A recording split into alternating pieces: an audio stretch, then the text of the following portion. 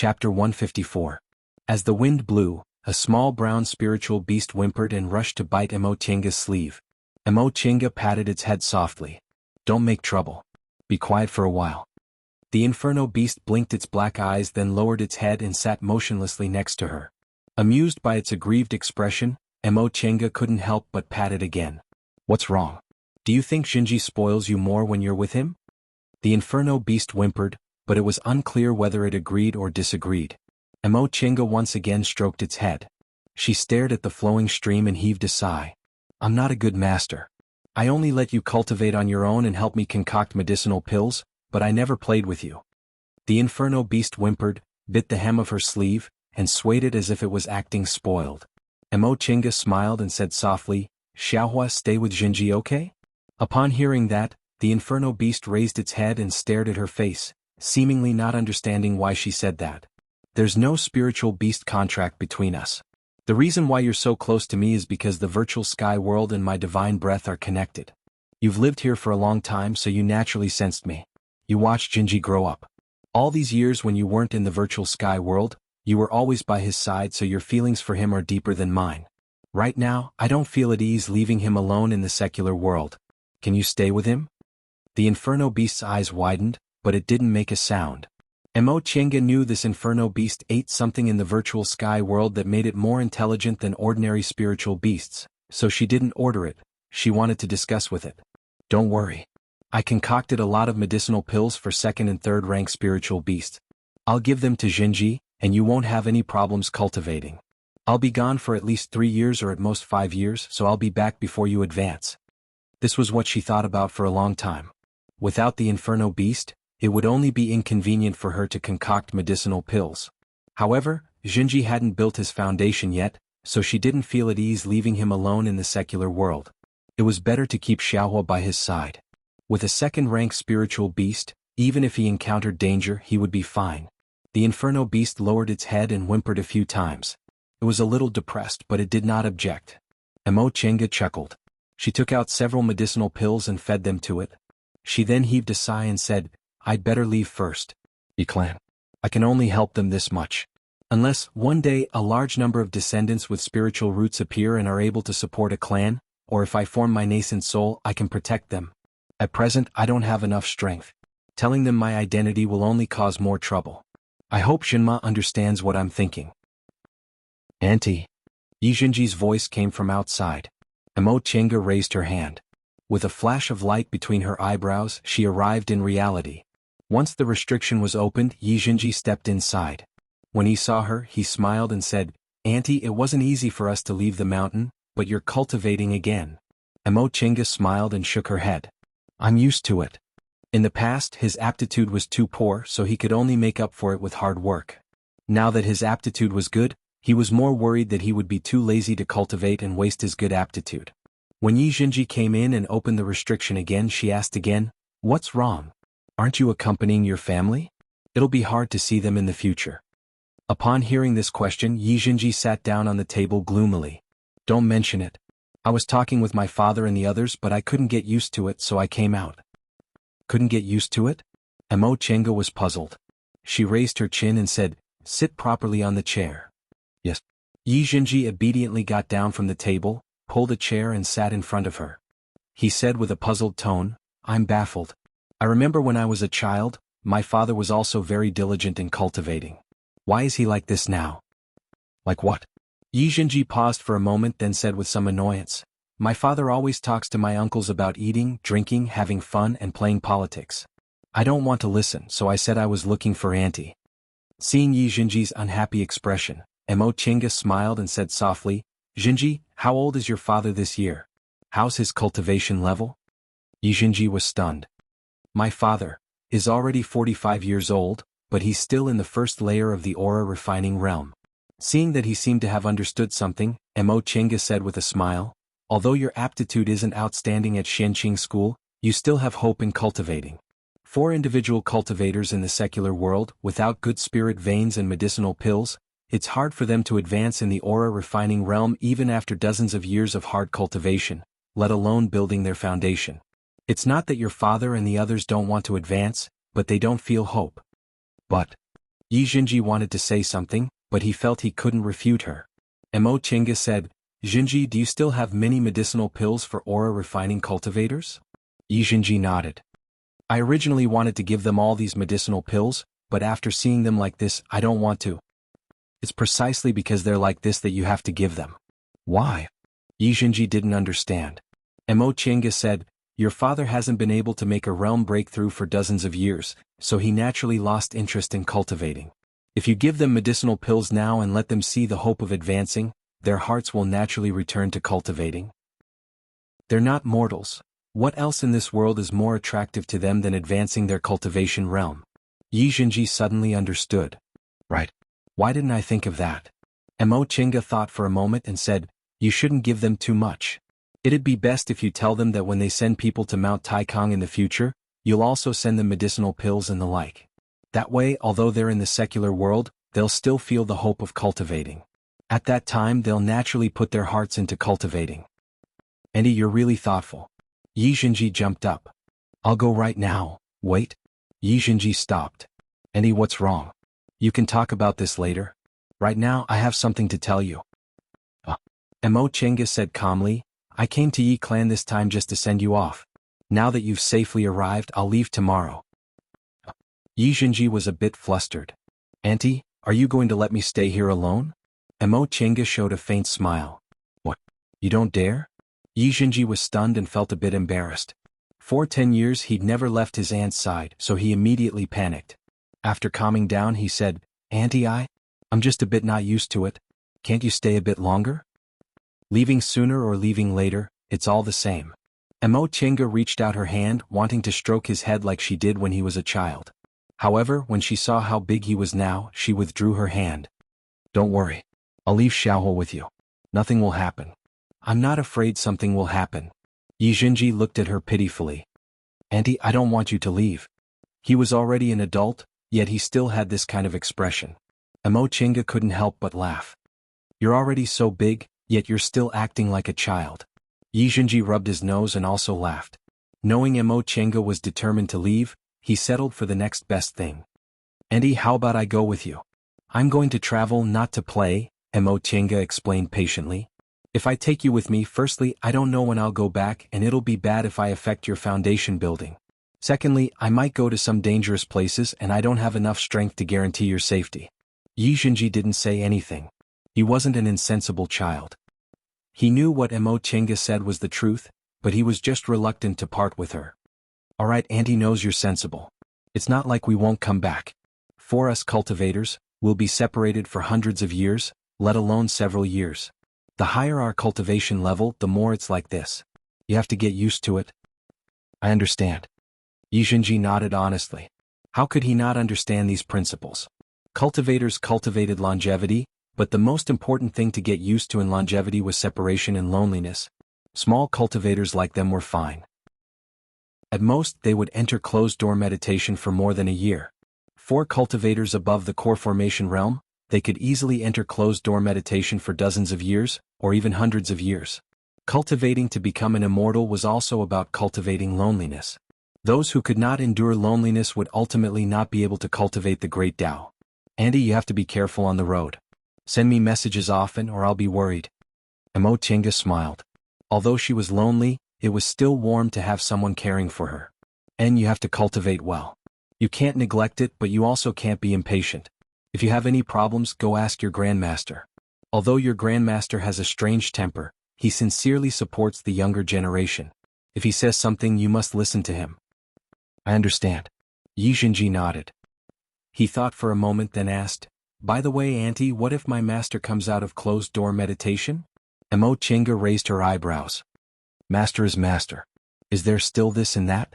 Yi Jinji touched his head, then said innocently, I said he's my master, but I've never seen him until today. And he is my real master. That master is just a cheap master I picked up. Hearing this title, Mo Chinga couldn't help but burst into laughter. Cheap master. The aunt and nephew duo really agreed on this point. Their masters were all picked up by others. By the way, Andy, what does my master look like? Hualing said he saw him when he was a child, but he can't remember him clearly. Other senior martial brothers and sisters all say I'm lucky. My master is second to none among the younger generation in Shenqing school. He's already in the late stage of the core formation realm. If he succeeds in forming his nascent soul within 100 years, then I'll be really lucky. In any case I'm too lucky. Yi Zhenji felt his words were too vulgar, so he hurriedly changed the subject. Mo Chenga was speechless. That was true. There was a world of difference between the advanced inner disciple of a core formation cultivator and the advanced inner disciple of a nascent soul cultivator. If Qin Shoujing really succeeded in forming his nascent soul, although Zhenji was only under his name, he would still be extraordinary. At that time, his disciple rations, Immortal's Cave, and resources would all be greatly different from what they were now. When she was still taught by martial uncle Xianyin, she only had a bit of money. However, after she became Lord Daoist Jinghe's official disciple, her current net worth wasn't inferior to that of a core formation cultivator from an ordinary cultivation group. When your grandmaster made you your master's advanced inner disciple in name, he indeed had this intention. However, your master is in closed-door meditation now, and we don't know when he'll come out. If he only forms his nascent soul and comes out after several hundred years, it won't be too bad for you. That's true. Yi Zhenji scratched his head. In any case, he didn't have high hopes for that, so he didn't feel depressed. The one who really taught him how to cultivate was his aunt. In any case, it didn't matter if he had that cheap master or not. Auntie, you haven't told me what my master looks like. Mo Chenga chuckled. What if I say I've never seen him before? Yi Zhenji's eyes widened. How could that be? They said the relationship between you and master isn't ordinary. Oh. Mo Chenga frowned slightly. How is it not ordinary? What did they say? They said, Auntie, you were originally recommended into the school by master. Grandmaster only accepted you as his disciple because of master. That's about it. Mo Chenga's expression softened. When I entered the school, your master was already a core formation cultivator, so why did he have to appear in person? Yi Zhenji thought for a moment, then nodded. That's true, they're right. Your master is the cultivator with the highest chance of advancing to the nascent soul realm among the younger generation of Shenqing school. With his cultivation speed, it's not impossible for him to advance to the nascent soul realm in about 100 years. It's fine if your master doesn't come out of closed-door meditation during this time, but if he happens to come out, you still have to treat him with respect. This is also your grandmaster's idea. And? Yi Zhenji paused for a moment, then said, but I already have an aunt. Master's only my master in name? Mo Chenga smiled bitterly at his childish words. Auntie's age and cultivation level are clear for all to see. Not to mention anything else, you'll only be building your foundation in about 10 years, so I definitely won't be able to advance to the core formation realm during this time, so I won't be able to help you that much. I'm not that materialistic. Yi Zhenji shouted. If it wasn't for Auntie, I wouldn't be who I am today. No matter how good that cheap master is, what does it have to do with me? Mo Chenga felt both happy and worried when she heard this. She was happy because in the past 10 years she didn't teach this child to have a profit-seeking character, but she was worried because he didn't have enough experience and was too childish. In the end, she still warned him, you can forget about this in private, but you can't say it outside. I know. Don't worry, Auntie. Is there anything else you're not clear about? Upon hearing her question, Yi Zhenji moved closer to her. Auntie, you have to come back soon. I'll try my best to build my foundation during this time. His words made Mo Chenga smile. In the end, she reached out her hand and stroked his head. You should go and accompany your mother. She hasn't seen you for many years. She misses you very much and talks about you all the time. You should tell her everything you need to tell her. Don't let your mother worry. I know. Mo Chenga withdrew her hand, then opened the restriction. She then sat cross-legged and closed her eyes. Yi Zhenji hesitated for a while, reluctant to part with her, but in the end he finally left.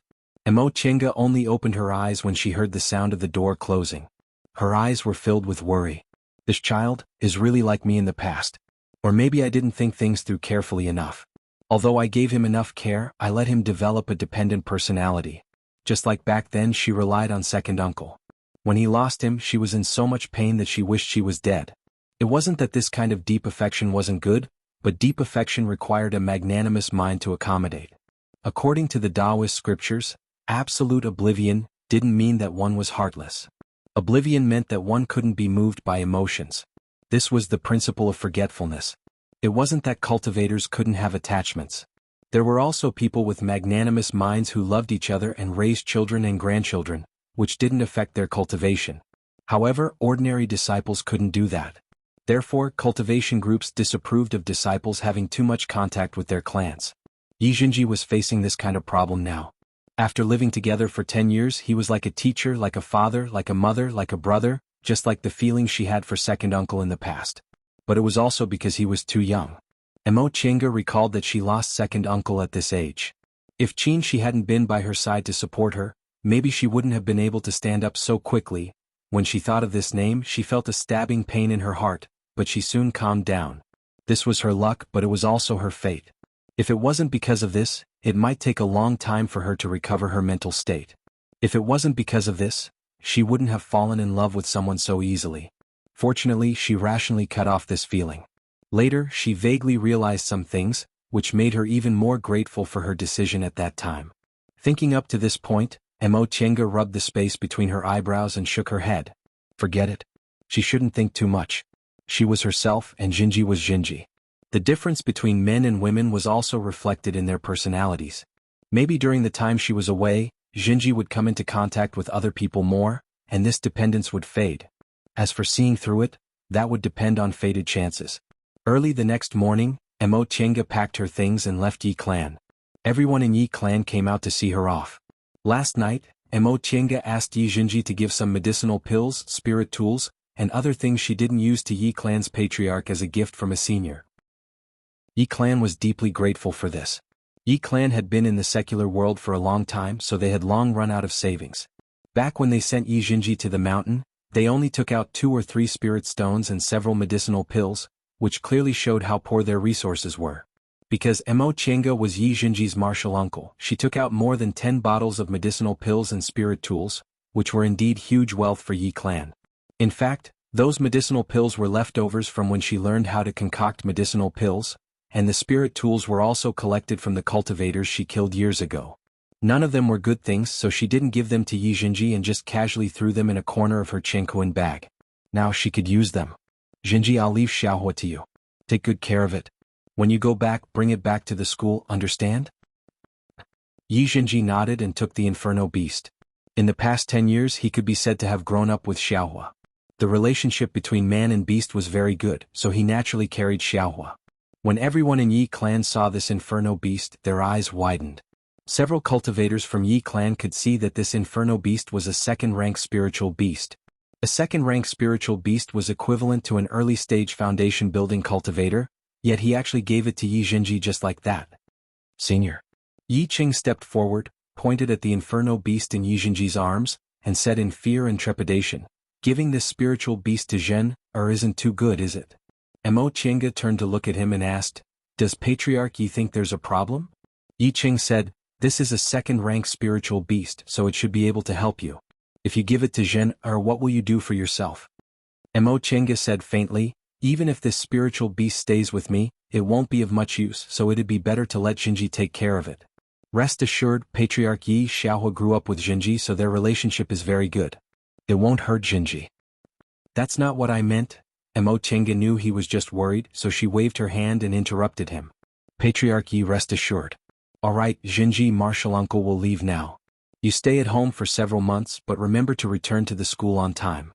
If you miss the test, the next time will be 3 years later." "I know, martial uncle. Rest assured, I know all of this. And then I'll leave now. You don't need to see me off." After she said that, she no longer spoke any nonsense. With a wave of her hand, the white silk handkerchief appeared, then she transformed into a flight light and disappeared into the horizon. Chapter 155. The white silk handkerchief rose up and a flight light flashed by. This kind of flying technique made the low-level cultivators of Yi Clan extremely envious. When the other cultivators in Tong and City felt the pressure of a foundation-building cultivator, their expressions changed. Only when the pressure was far away did they dare to look around. Mo Chenga rode the white silk handkerchief until she was some distance away from Tong and City. She then retracted her spiritual aura pressure. The reason why he deliberately revealed the aura of a foundation establishment cultivator in Tong and City was to intimidate others, to let them know that the Yi clan had connections with a foundation establishment cultivator, so that they wouldn't be bullied by others. This was the secular world. Most of the itinerant cultivators in the secular world had no hope of reaching the Great Tao, and their cultivation was between the first to the third layer. A foundation establishment cultivator was enough to intimidate them. The flight light of a foundation building cultivator wasn't slow, and the white silk handkerchief was an excellent flying magic weapon. In less than half a day they had already left Wei country. When she was in Yi clan, Yi Qing gave her some of the information Yi clan had collected in the secular world in the past several decades. However, most of the spirit veins in the celestial pole were concentrated in Kunwu, and even if there were spirit veins in the secular world they were very weak. Even some small cultivation groups weren't interested in them, so naturally they couldn't be considered fated chances. Therefore, Mo Qingge didn't plan to explore the secret places provided by Yi clan. She only planned to pick some spiritual plants or find some spiritual objects in some special places. To the southeast of the Wei Kingdom was the Jin Kingdom. Mo Qingge also planned to take a trip to the Mo family's village in Lianqing City to pay her respects to her mother and retrieve her mother's remains. If she had the chance, she would be buried with her father in the future. Back then, when her father died on Demonic Mountain, Qin Shoujing brought news back saying that his body was buried on Demonic Mountain. She already had a plan in her heart. If she could form her gold core in the future, when the restrictions on Demonic Mountain weakened again, she would take a trip to retrieve her father's remains and bury him with her mother. This could also be considered fulfilling her mother's lifelong wish. At the same time, he also wanted to inform them of Tianxiao's death. When he was young, he only felt that the family was cold. If it wasn't for Tianxiao, he wouldn't even want to stay there for a day. Now, she was no longer the orphan girl who had lost her parents. Instead, she was an immortal cultivator who could fly in the sky and tunnel through the earth. Thinking back to the past, she could only sigh. Actually, her grandparents weren't bad people, but for a child, they didn't give her enough affection. She could understand, but it was difficult for her to get close to them. As soon as she entered Jin country's territory, a frown appeared on her face. She changed the direction of her flight and headed northeast. This was because she felt a strange spiritual aura fluctuation. It didn't seem like a battle of magical powers between cultivators, and it also didn't seem like the spiritual aura pressure of a high-level cultivator. Mo Qingge only hesitated for a moment before she decided to go and take a look. The spiritual energy turbulence wasn't that great, but it was a bit strange. This was the secular world, so presumably there weren't any high-level cultivators here. Now that she had a certain level of cultivation and several treasures on her, she shouldn't be in any danger. Nevertheless, the closer she got, the deeper the frown on her face became. This spiritual aura turbulence was clean and pure, and she could faintly hear the sound of wind and thunder. Could it be that a unique treasure had been born? With this thought in mind, she cast an art and urged the white silk handkerchief to move forward with all her might. Then she spread her divine sense out. Sure enough, she discovered other cultivators were also rushing over. However, these cultivators were only in the aura refining realm. When her divine sense touched them, they knew there were foundation building seniors here, so they immediately slowed down. The more Mo Qingge flew, the stranger she felt. This spiritual aura didn't seem to be as close as she thought. She'd been flying for so long, but she didn't feel like the distance between them was getting any closer. Gradually, this spiritual aura turbulence attracted the attention of even more cultivators in the secular world. After flying for several hours, Mo Qingge began to sense that there were also foundation-building cultivators joining the ranks of the pursuers. Although most of the individual cultivators in the secular world were low-level aura-refining cultivators, there were also cultivators in the foundation-building realm and above who happened to pass by. Maybe they were like her and happened to discover this spiritual aura turbulence, so they chased after it. These foundation-building cultivators tacitly kept some distance from each other, but they spared no effort in flying in that direction. Several more hours passed, and the spiritual aura turbulence finally became a bit more obvious. Many of the foundation-building cultivators were overjoyed and sped up. Mo Qingge's white silk handkerchief was naturally much better than these cultivators' flying magic tools. However, when she discovered other foundation-building cultivators, she no longer urged it with all her strength and instead maintained a speed that was roughly the same as theirs. The reason for this was because she was used to being cautious. This spiritual aura turbulence was very abnormal. Rather than running in the front alone, it would be safer for her to travel with these people.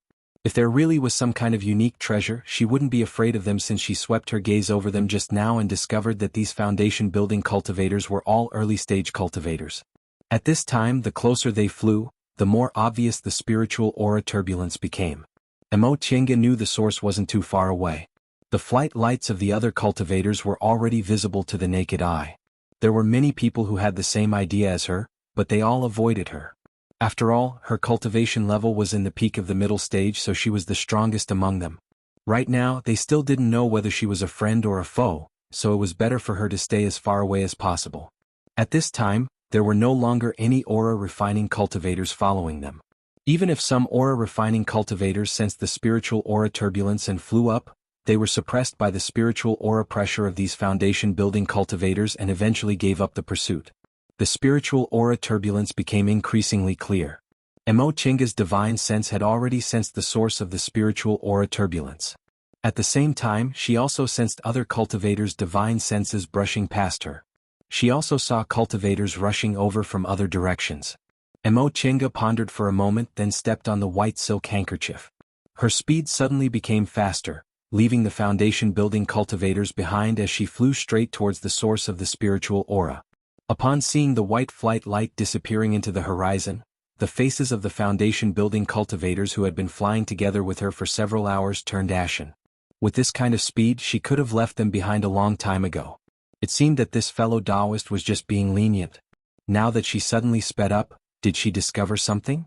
With this thought in mind, several foundation building cultivators also sped up and chased after her. Only one of them muttered to himself, "Her flight light is actually white. It seems this person isn't someone to be trifled with.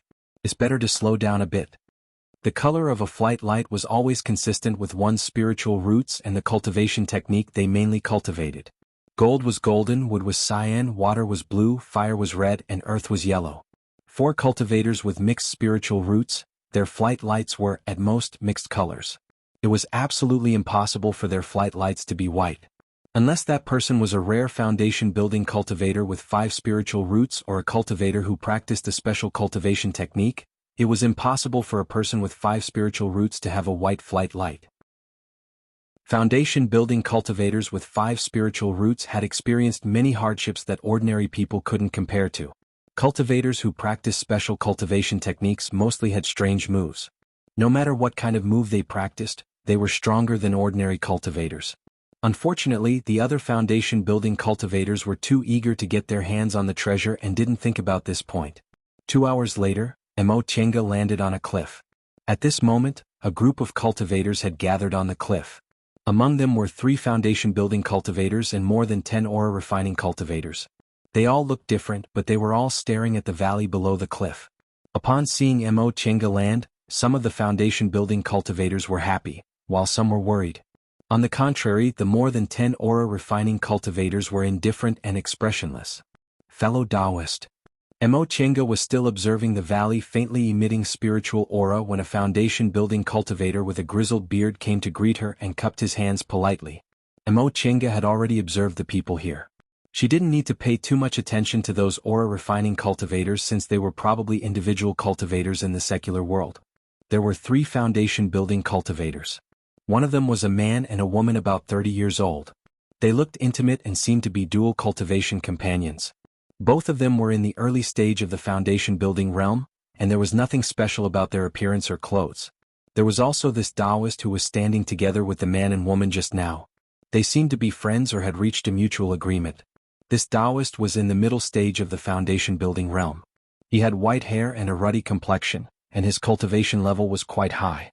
Since the other party was so polite, Mo Chinga also saluted him back. This Taoist had secretly peaked at her cultivation level a long time ago. Seeing that she still looked like a young girl but had such a high cultivation level, he was inwardly shocked. In the cultivation world, although cultivation techniques with the effect of retaining one's youth weren't rare, they weren't common either. Individual cultivators most likely couldn't get their hands on such cultivation techniques. This Taoist secretly speculated that if Mo Chinga's youthful appearance was due to the cultivation technique she practiced, then she was most likely someone from a cultivation group.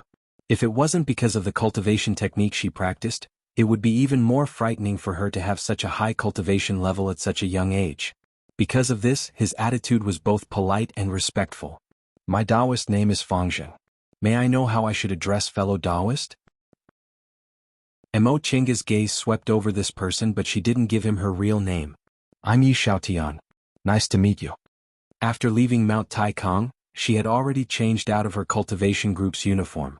Her name was also an alias and she rarely walked outside, so presumably no one would recognize her. So it's fellow Taoist Yi. Taoist Fangjing once again cupped his hands towards her, then went straight to the point. Fellow Taoist Yi must have noticed the spiritual aura fluctuation here, so she rushed over to take a look. Mo Chenga nodded. Yes. Her gaze once again fell on the valley below the cliff.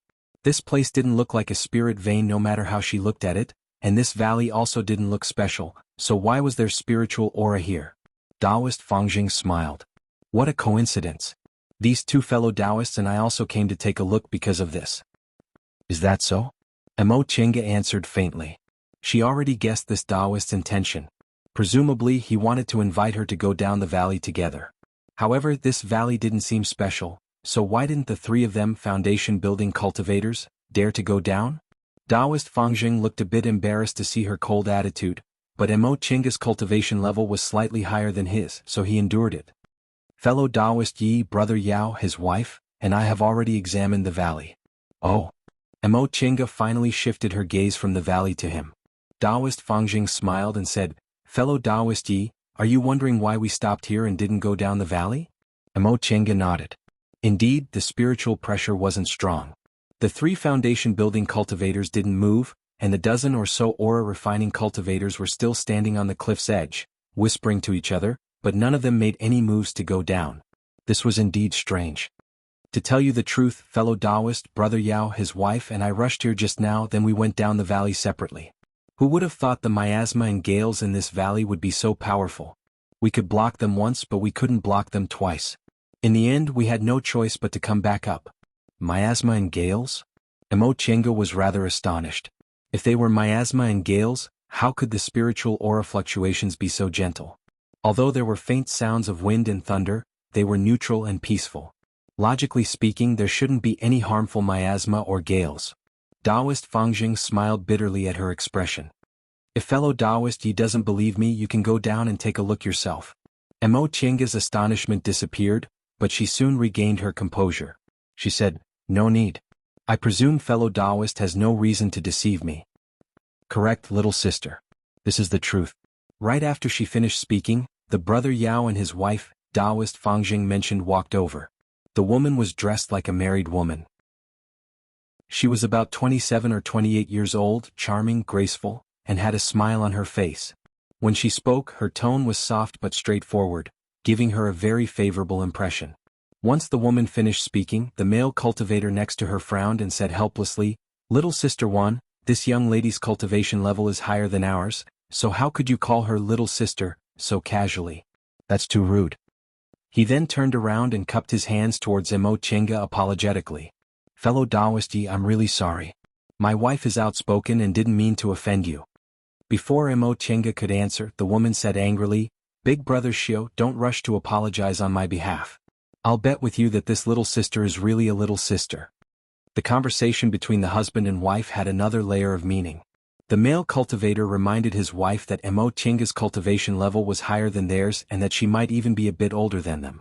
Calling her little sister might be offensive, but mentioning a woman's age to her face would also offend her, so he didn't say anything. The woman understood her husband's meaning, so she focused on little sister. Once the woman finished speaking, her husband asked in confusion, How can you be so sure? The woman just smiled. It's a woman's intuition. As she spoke, she walked towards Mo Chenga, then affectionately pulled her hand and asked, Little sister, am I right or am I not? Mo Chenga also smiled. May I know how old you and your wife are? If you don't tell me, I won't be able to answer. The woman was stunned, but she soon covered her mouth and laughed. Look at my brain. I actually forgot such an important matter. My humble husband and I are only 100 years old this year. Based on the lifespan of foundation-building cultivators, this was their real appearance. 100 years old, early-stage foundation building. Mo Chenga thought to herself that this couple was most likely not cultivators from small cultivation groups but individual cultivators. If they were cultivators from big cultivation groups, they were probably ordinary disciples. Most elite disciples from big cultivation groups had built their foundation early. Although not many of them formed their gold core, it wasn't a problem for them to cultivate to the middle or late stage of the foundation building realm. Very few of them stayed in the early stage of the foundation building realm at this age. Big Sister's guess is correct. Chenga showed a faint smile. I'm a bit younger than you too. Not only this couple but Taoist Fangjing's eyes also brightened. She was less than 100 years old, but her cultivation level was already in the peak of the middle stage of the foundation building realm. Chenga didn't want to talk too much about this, so she changed the subject. How much do the three of you know about the situation in this valley? Taoist Fangjing regained his train of thought and immediately answered, Brother Yao, his wife, and I discovered that we couldn't pass through the miasma and gales inside, so the three of us joined hands, but the result was the same. Fellow Taoist, take a look. Although the spiritual aura isn't intense, it's very pure. It's most likely the birth of some unique treasure. It'd be a pity if we missed it. Yes, us husband and wife also thought the same. The one who took over the conversation was the woman. Little sister, I can see you're so young, but your cultivation level is already so high. You must be a disciple of a cultivation group, right? The three of us are individual cultivators, so it's really not easy for us to encounter the birth of a unique treasure. If you're also interested in the treasure, we can think of a way together. If you don't want to take risks, we won't stop you. Of course, if you think you can do it alone, just pretend you never heard our suggestion. Chapter 156. The woman's tone was gentle, but her words were straightforward. Right after she finished speaking, her husband pulled her again with a somewhat helpless expression. Chenga could roughly guess what the male cultivator was thinking. This woman was really straightforward. If she was a hot-tempered person, she would probably be unhappy after hearing what she said. Chenga was disinclined to get angry. Besides, this woman was just a bit too straightforward with her words. She didn't offend her. She said, Big sister is right. Let me think about it. The woman beamed with joy. That's what you should do. Little sister, think about it carefully. The male cultivator heaved a sigh of relief when he saw that she didn't take advantage of her higher cultivation level to attack them. Although there were two of them, their cultivation levels were a bit lower than others. Even if they joined hands, they would still lose more if they fought against cultivators in the peak of the middle stage of the foundation building realm. Taoist Fangjing raised his head to look at the horizon. Fellow Taoist Yi, we'd better make a decision quickly. The longer we delay, the more people will come. Chenga was a bit surprised. This Taoist Fangjing's divine sense was also very powerful. She only sensed someone approaching just now. That being the case, we'd better get going quickly. The three of them were delighted to hear what she said. Taoist Fangjing looked around, then quickly laid a soundproof barrier. He said, Fellow Taoist Yi, may I ask what kind of cultivation technique you practice? Upon seeing Chenga's unhappy expression, he immediately added, The miasma and gales below us are very strong. Fellow Taoist Yi, you'd better have a cultivation technique that can restrain them. Chenga thought for a while, then answered, Although I don't have a cultivation technique, I have a magic weapon that can resist the gales. Hearing what she said, the other three people beamed with joy. Taoist Fangjing clapped his hands. That's great. If we're talking about the miasma, I have a kind of detoxifying pill that's very effective. After you swallow it, you just need to hold your breath and circulate your cultivation technique. Fellow Taoist Yi, can your magic weapon protect the four of us from the gales? We'll have to see to know. After their brief discussion, the four of them took out their flying magic tools under the envious gazes of many aura-refining cultivators and fell into the valley. What Chenga took out was an ordinary flying sword. Firstly, the white silk handkerchief had to take on the role of resisting the gales on this journey. Secondly, she wanted to hide her wealth. The white silk handkerchief was a magic weapon. It was already eye-catching to take it out, but now it was discovered by others that it had so many functions. It was inevitable that people would be envious. From the short conversation they had just now, Chenga found out that the man was called Yao Zixio and the woman was called Shang Rowan. They were born in a cultivation family and had been childhood sweethearts. Later, when the family declined, the two of them became loose cultivators. It had to be said that the two of them were extremely lucky. They had inadvertently saved a severely injured nascent soul cultivator. That nascent soul cultivator was grateful for the two of them saving his life and had given them several foundation-building pills in return. With these foundation-building pills, the two of them unexpectedly reached the foundation-building realm together. Originally, with their status as foundation-building cultivators, it wouldn't have been difficult for them to find a small cultivation group to stay in. However, they were already used to wandering the world and didn't like being tied down. Furthermore, their aptitudes weren't outstanding, so even if they found a cultivation group, it would be difficult for them to advance to the core formation realm. It would be better for them to remain as loose cultivators, which would be a bit more enjoyable. Mo Chenga saw that Shang Ruan was frank, open-minded, and her mental state was even more carefree than many elite disciples and cultivation groups, so her evaluation of her improved by a notch. Her husband, Yao Zixio, was rather taciturn and a bit more tactful than her, so they complemented each other perfectly. The two of them were very harmonious and looked very loving. As for Taoist Fangjing, he was also an individual cultivator. He was quite old and had a lot of experience, but his temperament couldn't be seen yet. The three of them guessed she was a disciple of a cultivation group. Mo Chenga didn't deny it and just vaguely said she was passing by and happened to run into them, so she came to see what was going on. As they flew down from the valley, they saw that the valley was filled with fog and the bottom couldn't be seen. After flying down for a while, they soon reached the edge of the miasma. Taoist Fangjing gave his detoxification pills to the three of them. Mo Chenga took them but didn't swallow them. Instead, she secretly swapped them for her own medicinal pills. This Taoist Fangjing didn't seem suspicious, but they just met after all, so it was better to be a bit more cautious. Right after that, Mo Chenga summoned the white silk handkerchief and chanted an incantation. In a flash, the white silk handkerchief turned into bricks which fell from all sides and surrounded the four of them like a house, trapping them inside. This was the result of her 5 years of closed-door meditation.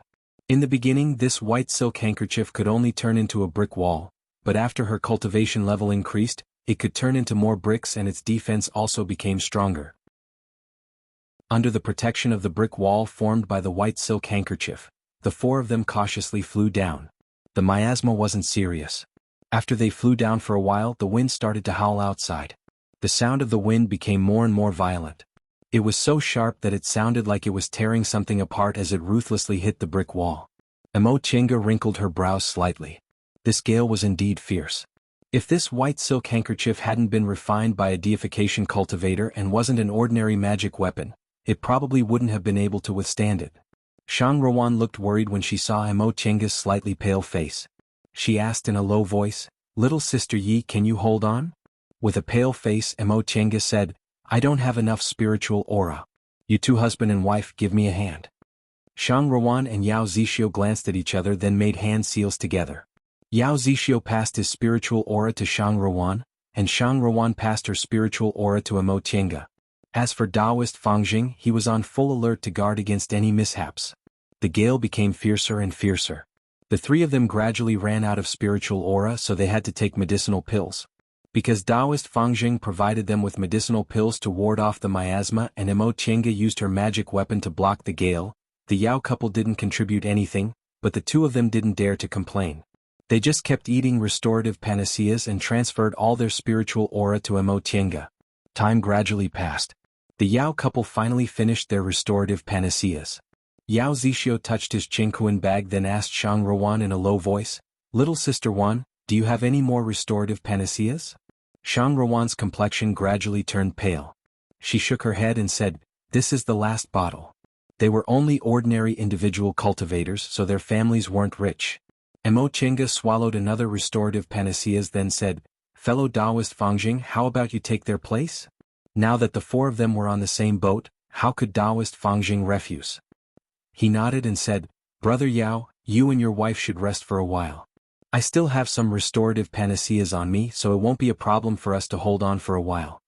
The Yao couple had already used up their medicinal pills, so how could they refuse? Yao Zixio said, "In that case we won't be polite." Taoist Fangjing put his palms together and moved his spiritual aura into Mo Chenga's body through her back.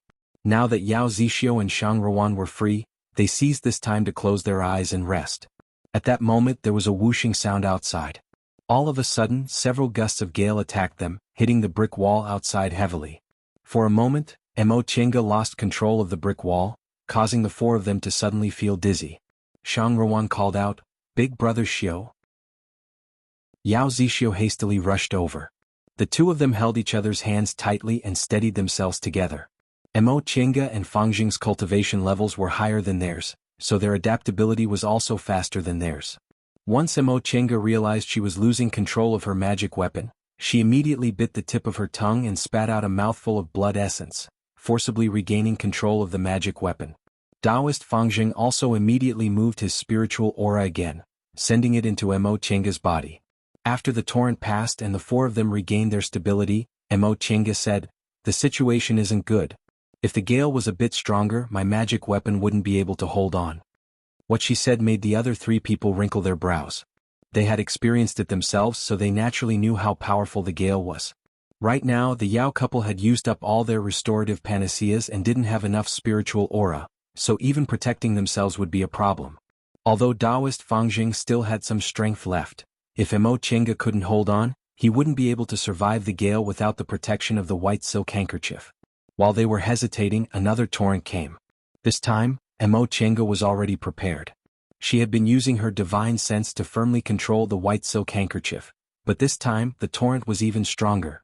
Even though Mo Chinga's divine sense was powerful, she still felt powerless even though she wanted to.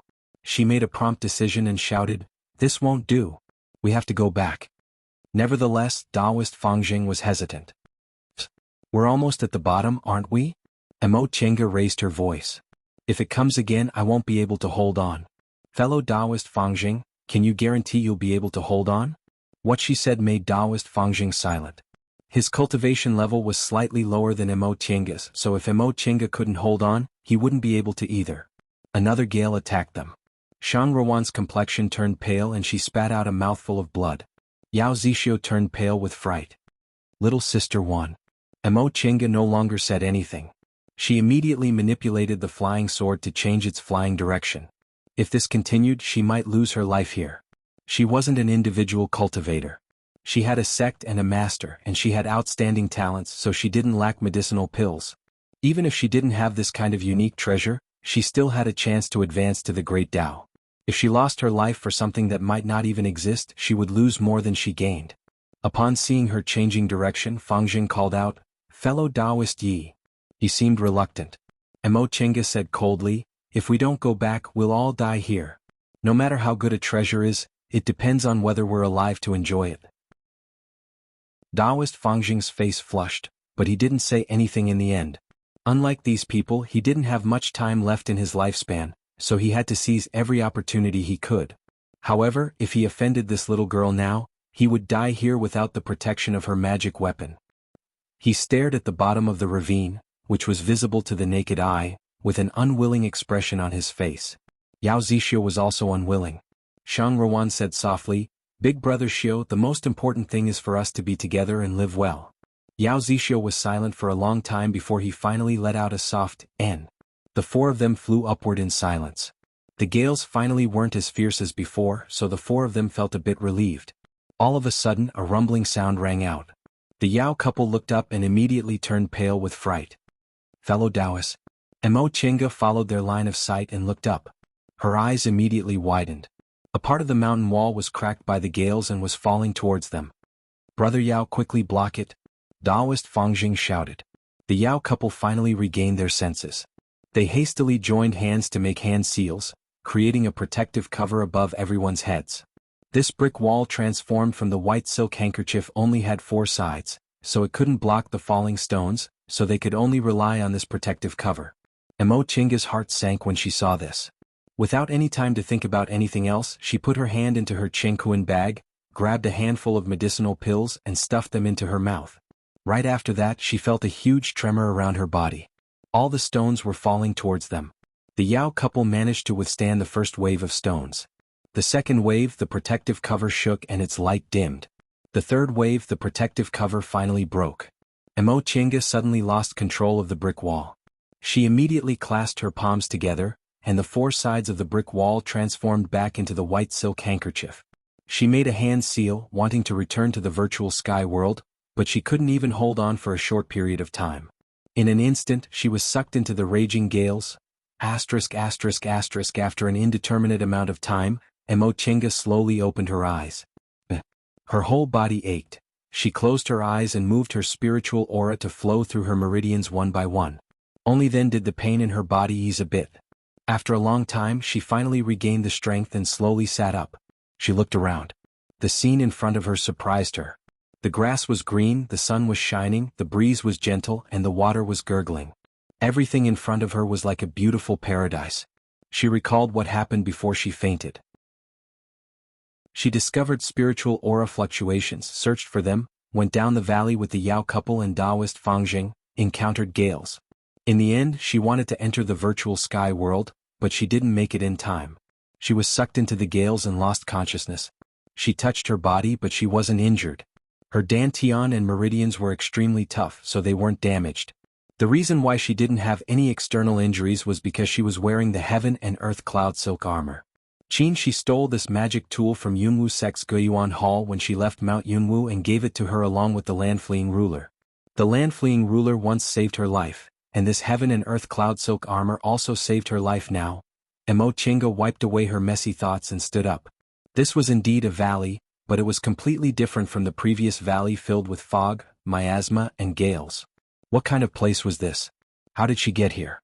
She summoned the white silk handkerchief, stepped on it, and flew into the air.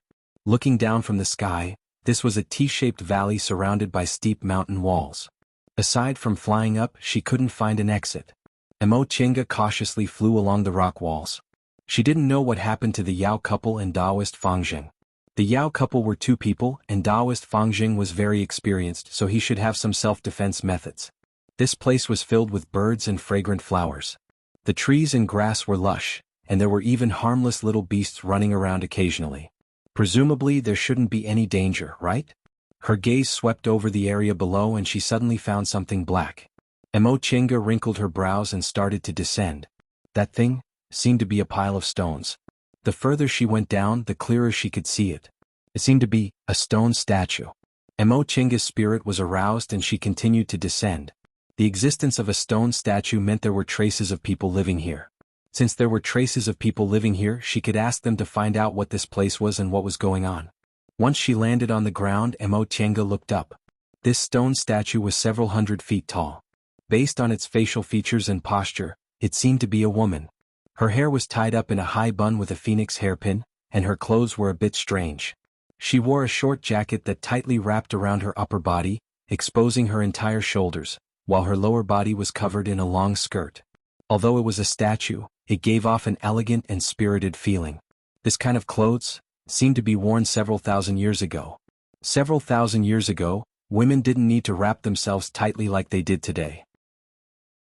They were beautiful by exposing their shoulders, but they liked to wear long skirts, which made them look like fairies as if they were flying in the sky in a painting. Chinga examined the stone statue carefully. It was covered in moss and it seemed like no one had taken care of it for a long time.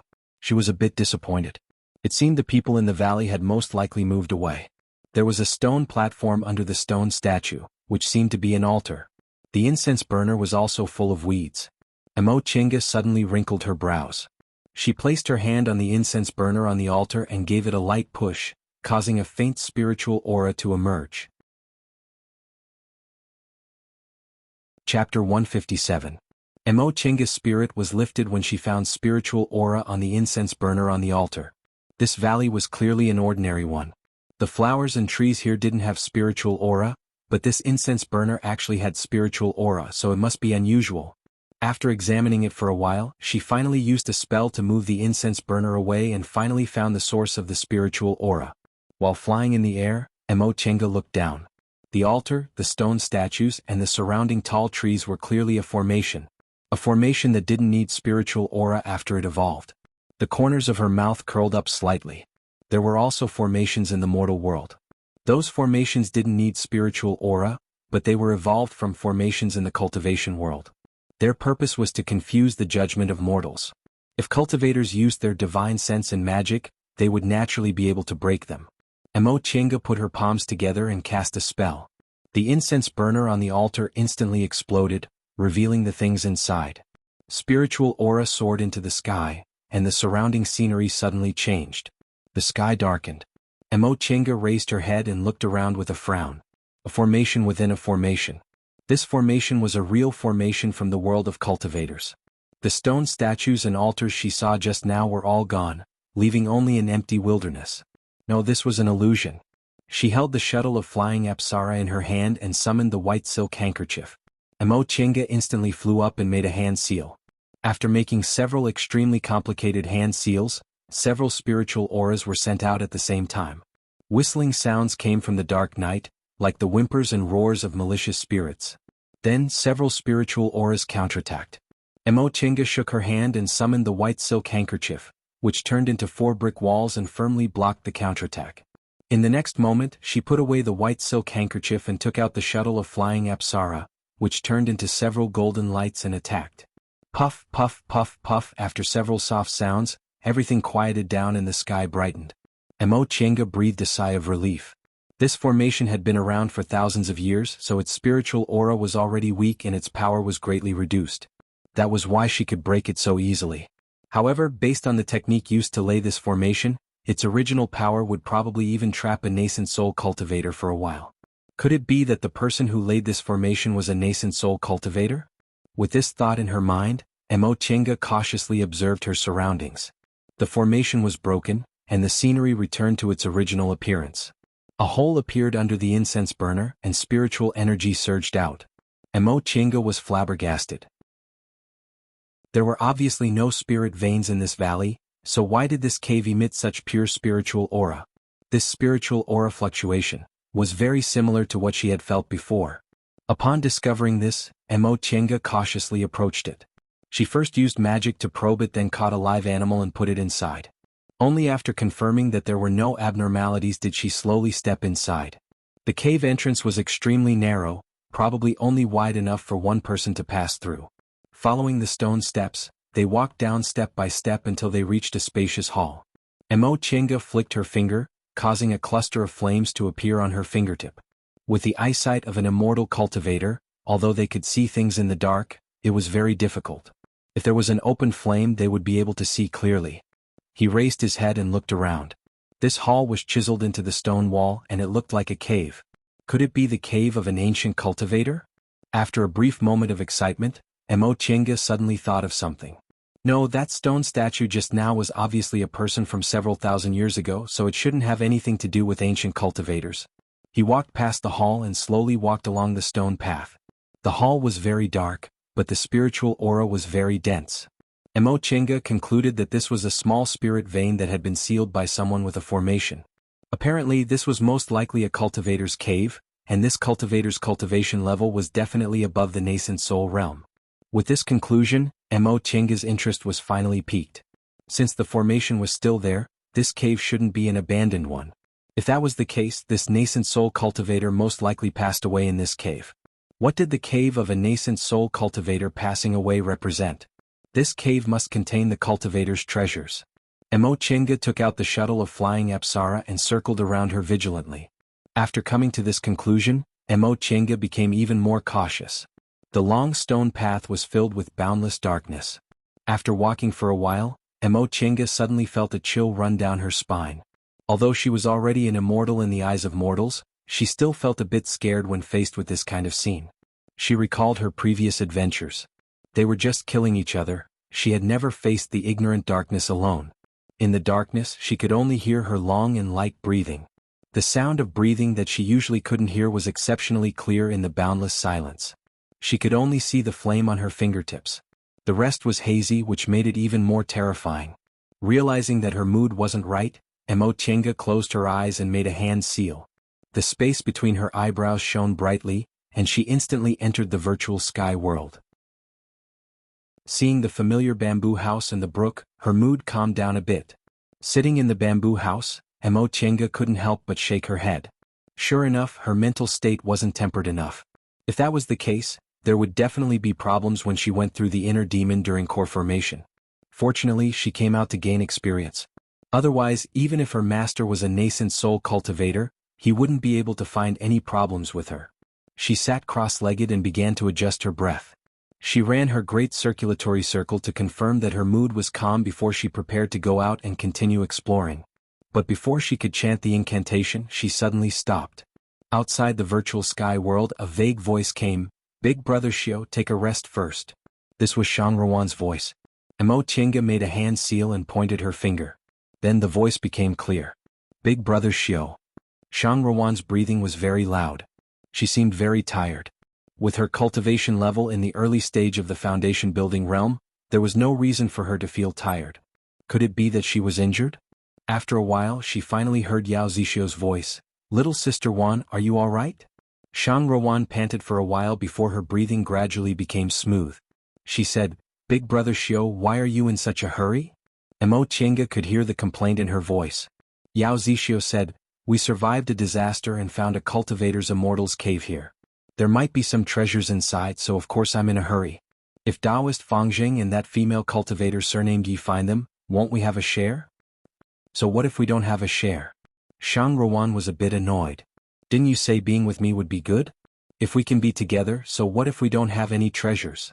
After a while, Yao Zixio finally said, little sister Wan, I'm doing this for the sake of us being together. We went through all kinds of hardships to escape. What if we get caught again? All these years I've thought it through. Without cultivation level and strength, we don't have the right to speak. Back then, if my cultivation level wasn't too low, your father wouldn't have promised you to someone else. If we weren't too weak, we wouldn't have had to hide from place to place all these years and run to the secular world. Little sister Wan, don't you understand? In the cultivation world, strength is the foundation of everything. Otherwise, it'd be hard for us to be together. What's so hard about this? Shang Ruan's voice was filled with anger. If we find a place to live in seclusion, my father and the others won't be able to find us even if they want to die. As she said that, she once again softened. Big brother Xiao, what's wrong with you? You weren't like this before, why? Don't ask me why. Yao Zixio shouted. Mo Qingge was also startled by him. After thinking about it, she felt somewhat worried, so she tapped the space between her eyebrows. A bead emerged from there and she cast an art on it. A crack appeared in the virtual sky world and she saw the Yao couple in the stone path. Shang Ruan also seemed to be startled by Yao Zixio. She stared at him in astonishment. However, Yao Zixio's expression softened and he said in a gentle voice, little sister Wan, I want to give you happiness, and not take you to hide from place to place. I want to bring you back openly one day, and let your father and the others know that your choice of me was right. Upon hearing what he said, Shang Ruan looked touched. You don't have to be like this. I've already said it before, I don't care what your cultivation level is. It's enough as long as I can be with you. No, little sister Wan, Yao Zixio insisted. I can't be that kind of cowardly man. If that's the case, everything your father said back then would be right. I only have 3 spiritual roots. Even building my foundation was very difficult for me. If you didn't secretly give me your foundation building pills, I don't even know if I could build my foundation. I want to prove to your father that although my aptitude isn't good, I can still build my foundation. After listening up to this point, Mo Qingge roughly understood what was going on with this Yao Zixio couple. These two people weren't individual cultivators whose clans had declined at all. They were cultivators who escaped from their clans. It was probably true that they were childhood sweethearts. After growing up together, they developed feelings for each other over time. However, Yao Zixio's aptitude was only average. He couldn't enter Shang Ruan's father's eyes, so he forbade the two of them from seeing each other. As a result, Shang Ruan secretly eloped with Yao Zixio. Perhaps there were some mistakes in the details, but that was most likely the case. However, Mo Qingge had a bad premonition when she heard what Yao Zixio said. Shang Ruan was in the middle of the situation, so she probably didn't notice Yao Zixio's hidden thoughts. He said he wanted to give her happiness, but his gaze was flickering in a place Shang Ruan couldn't see. She was afraid that this man was already unwilling to live a life that only had love. With a hint of a sneer on her face, Mo Qingge continued to listen to their conversation. Shang Ruan was finally convinced. She leaned against Yao Zixio's chest and said softly, Big brother Xiao, don't worry. On our way here, we didn't find any traces left by other people. Presumably we were the only ones who found them. I quite like that little sister from Yi clan, but I wonder if she's still alive. Rest assured. That girl's cultivation level is higher than ours. Even if the two of us joined hands, we probably wouldn't be able to defeat her. She also has a spiritual treasure, so she should be fine. That's true, Yao Zixio said. This fellow Taoist Yi? I really don't know her identity. How old do you think she is? Shang Ruan thought for a moment then answered, although this little sister's behavior is steady, I can tell she's still a little girl at first glance. I can't give a specific age, but she's most likely below 80 years old. Below 80 years old. Yao Zixio's gaze flickered as he muttered, at this age she's actually already in the peak of the middle stage of the foundation building realm. If she's lucky, she'll probably be able to form her gold core when she's 100 years old, right? She must be an elite disciple of a big cultivation group. Most likely, Shang Ruan said. Judging from the spiritual treasure she has, it's far superior to her peers, so she definitely can't be an individual cultivator. I'm afraid a small cultivation group wouldn't be able to nurture someone like that. Yao Zixio nodded inwardly.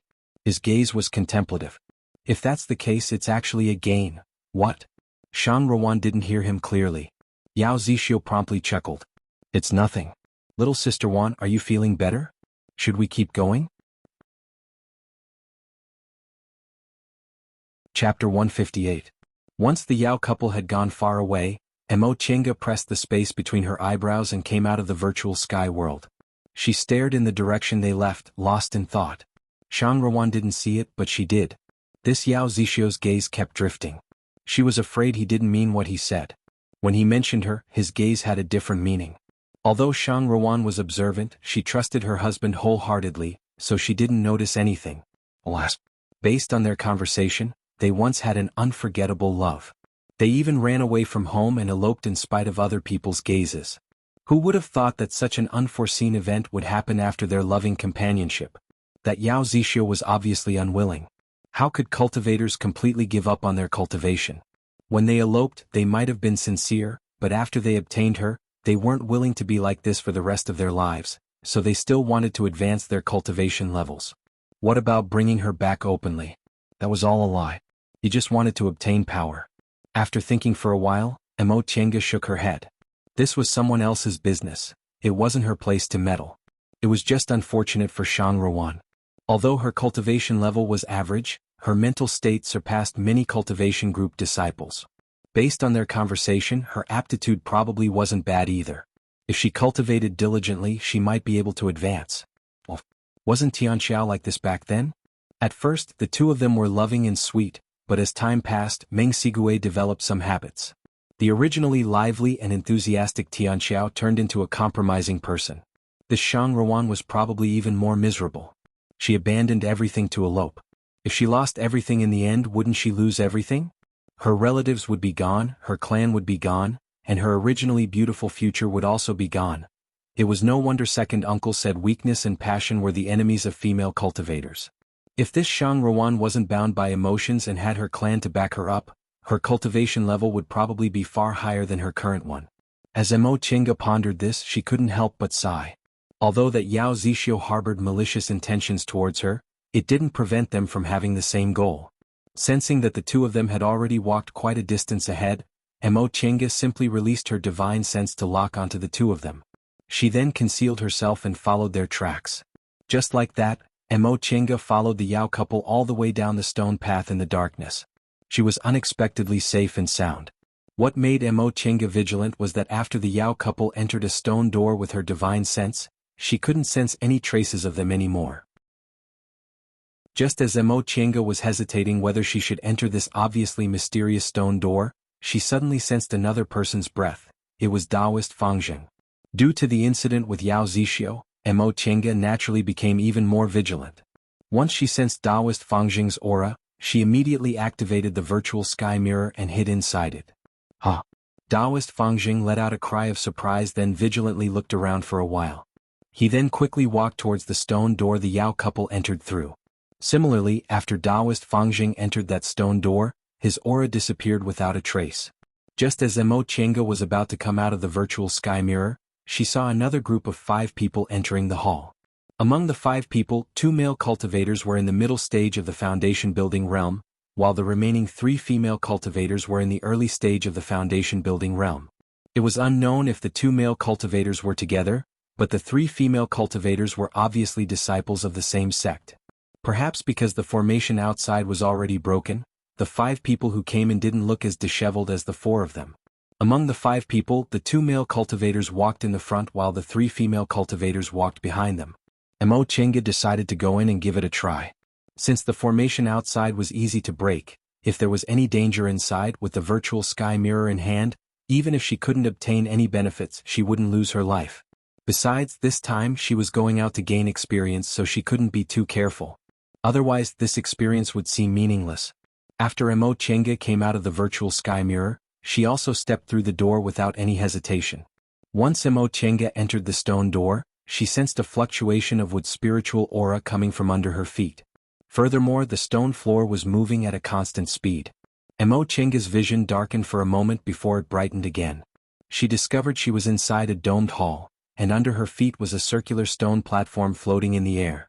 Not far from her there were 4 circular stone platforms floating in the air. One of them was occupied by the Yao couple, Daoist Fangjing, the 2 male cultivators who came later, and the 3 female cultivators from the same sect.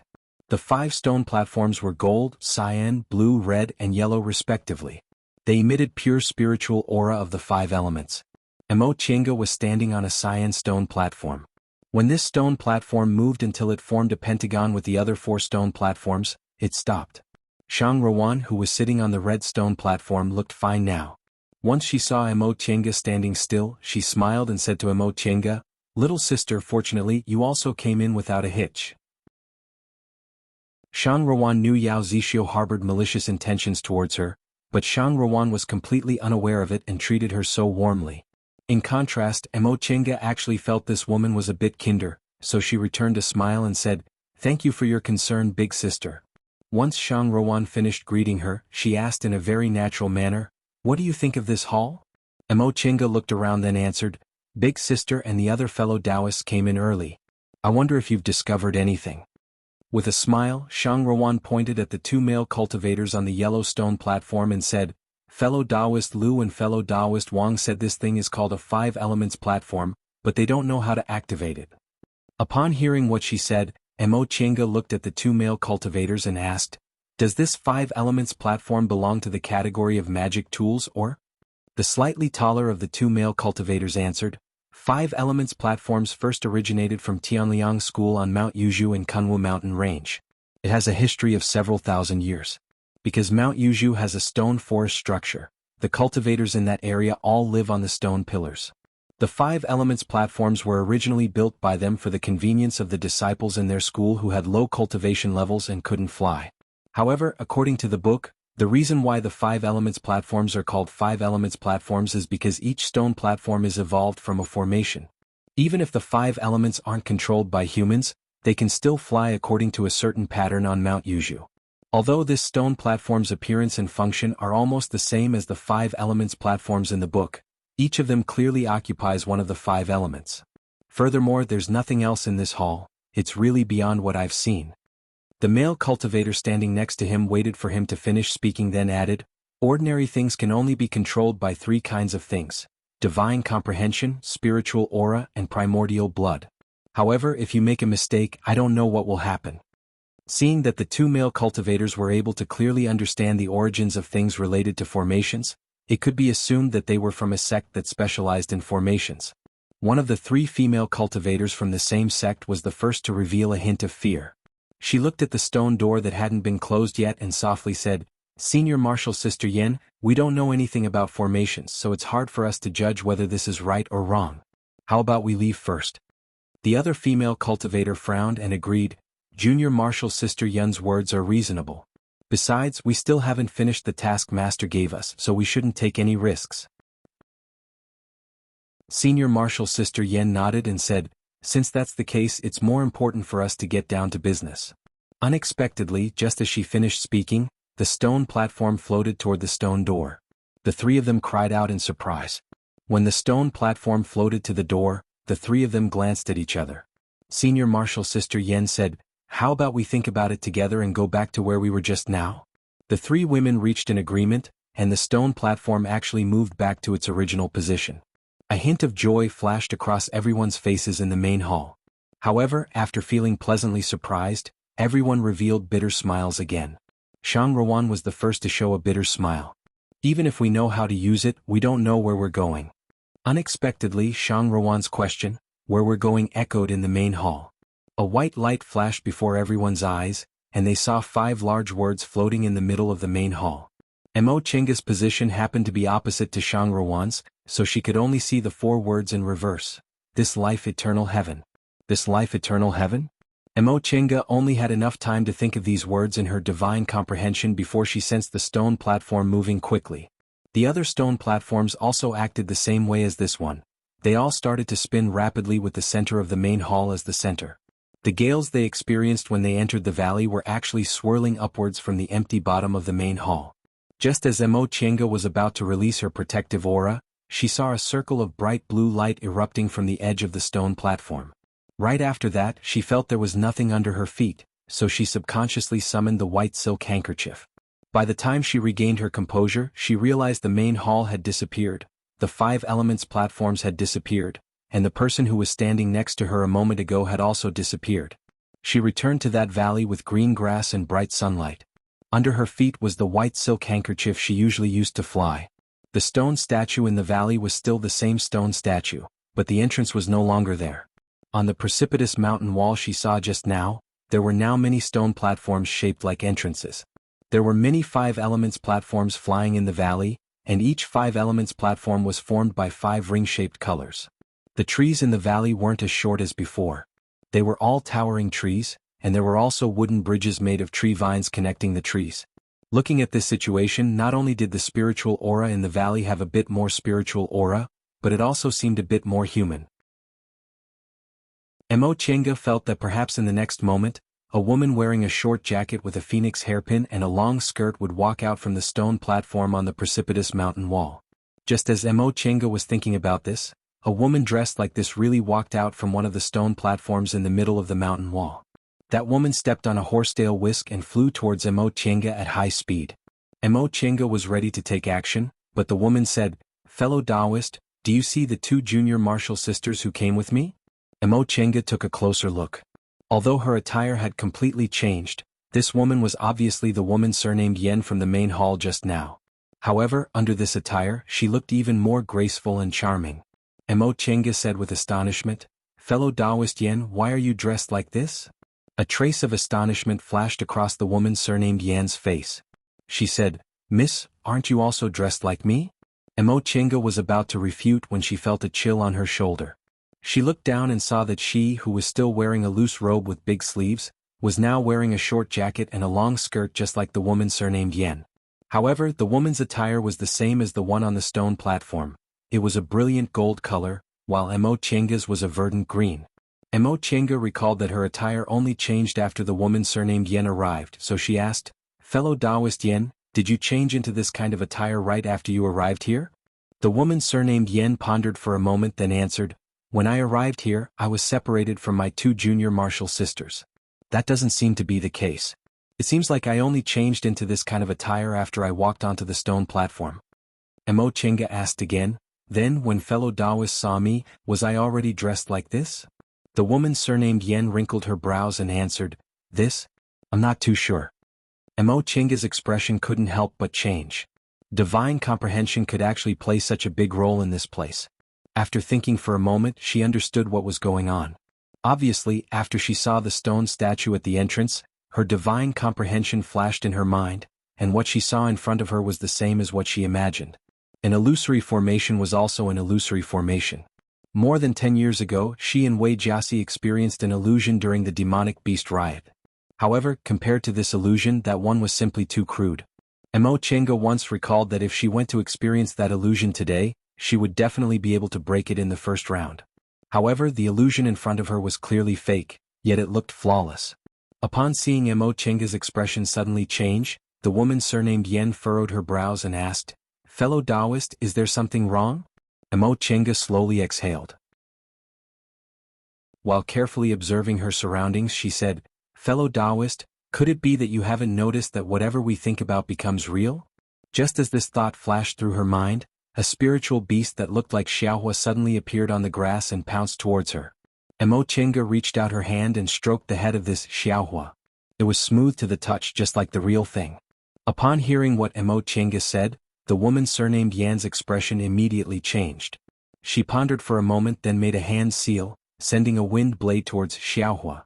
Unexpectedly, Xiaohua suddenly jumped and rolled away, spewing out an ardent yang real fire. "Ah!" The woman surnamed Yen hastily dodged, but she still shouted at Mo Chenga, "Fellow Taoist, isn't this real?" Mo Chenga shook her hand, and the shuttle of flying Apsara turned into a golden light that surrounded Xiaohua. She then used the soul-refining art and fiercely pressed it down. The second-rank spiritual beast Xiaohua immediately let out a whimper and fell to the ground. She stared at Xiaohua's corpse and said slowly, "This is fake." The woman surnamed Yen stared at her in a daze. Just now she personally tested it. This spiritual beast was indeed a second-rank spiritual beast, but when Mo Chinga attacked, this spiritual beast didn't even have the chance to resist and was killed. Why is it fake? Although it wasn't the real Xiaohua, Mo Chinga still frowned. She turned her head away from the badly mutilated corpse of the spiritual beast and explained to the woman, "I didn't bring any spiritual beasts with me on this trip. I was just testing it." Sure enough, as soon as I thought of spiritual beasts, it transformed into my spiritual beast's appearance. Moreover, even its cultivation level was the same. There was only one flaw.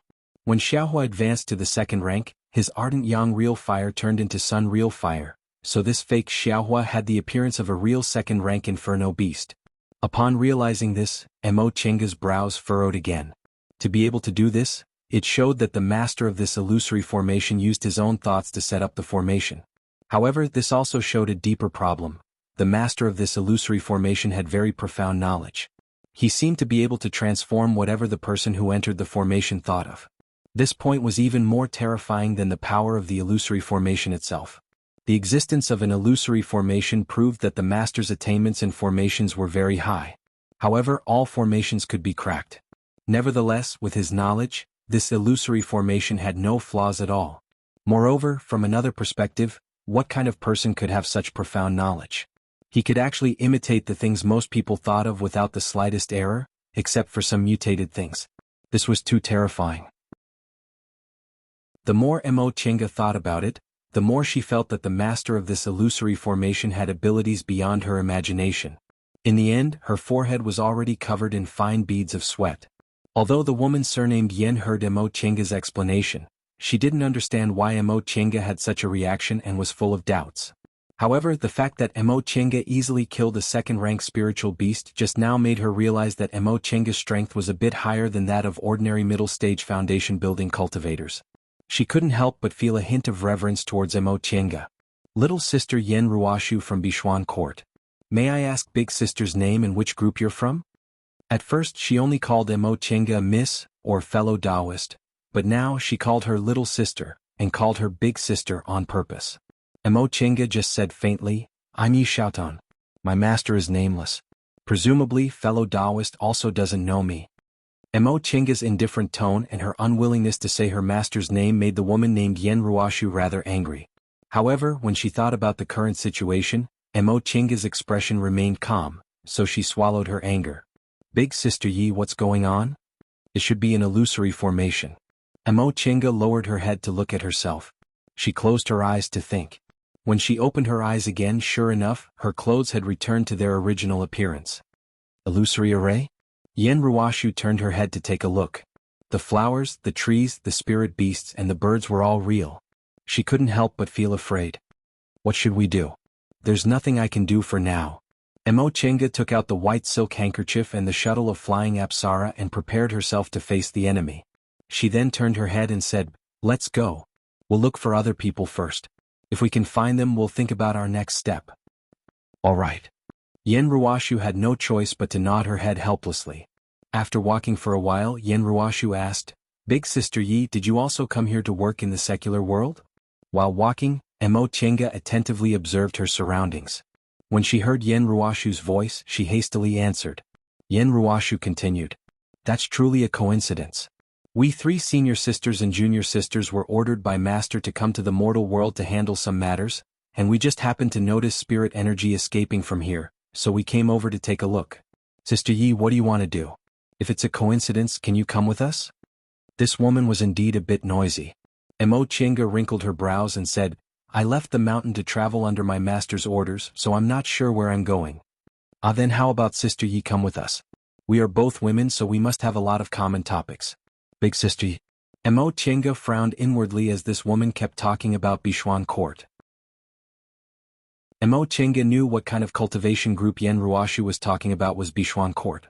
Reportedly, this cultivation group only accepted women. It was built in an extremely secretive place and rarely had any contact with the outside world. It was a relatively mysterious cultivation group. The power of this cultivation group wasn't big nor small. Its scale was roughly the same as Yunwu sect or Zixia sect in the past. However, this Yen Ruoshu was very indifferent towards Mo Chinga before, but now she was a lot more enthusiastic. Obviously she was alone in this place. Seeing that Mo Chinga's cultivation level was higher than hers, she wanted to befriend Mo Chinga. In fact, they were alone now. Mo Chinga never had the habit of leaving her companions behind, so if there was any danger, Mo Chinga would naturally protect her. This Yen Ruoshu basically didn't need to be like this. Fellow Taoist Yen, do you have a way to contact your 2 junior martial sisters? Mo Chinga interrupted Yen Ruoshu. Yen Ruoshu paused for a moment then nodded. We have a sect summoning talisman. The so-called sect summoning talisman was a method for disciples of the same cultivation group to communicate with each other. This talisman was different from a personal summoning talisman. It used a special method. Once it was sent out, all the disciples of the same cultivation group within a certain range would receive it.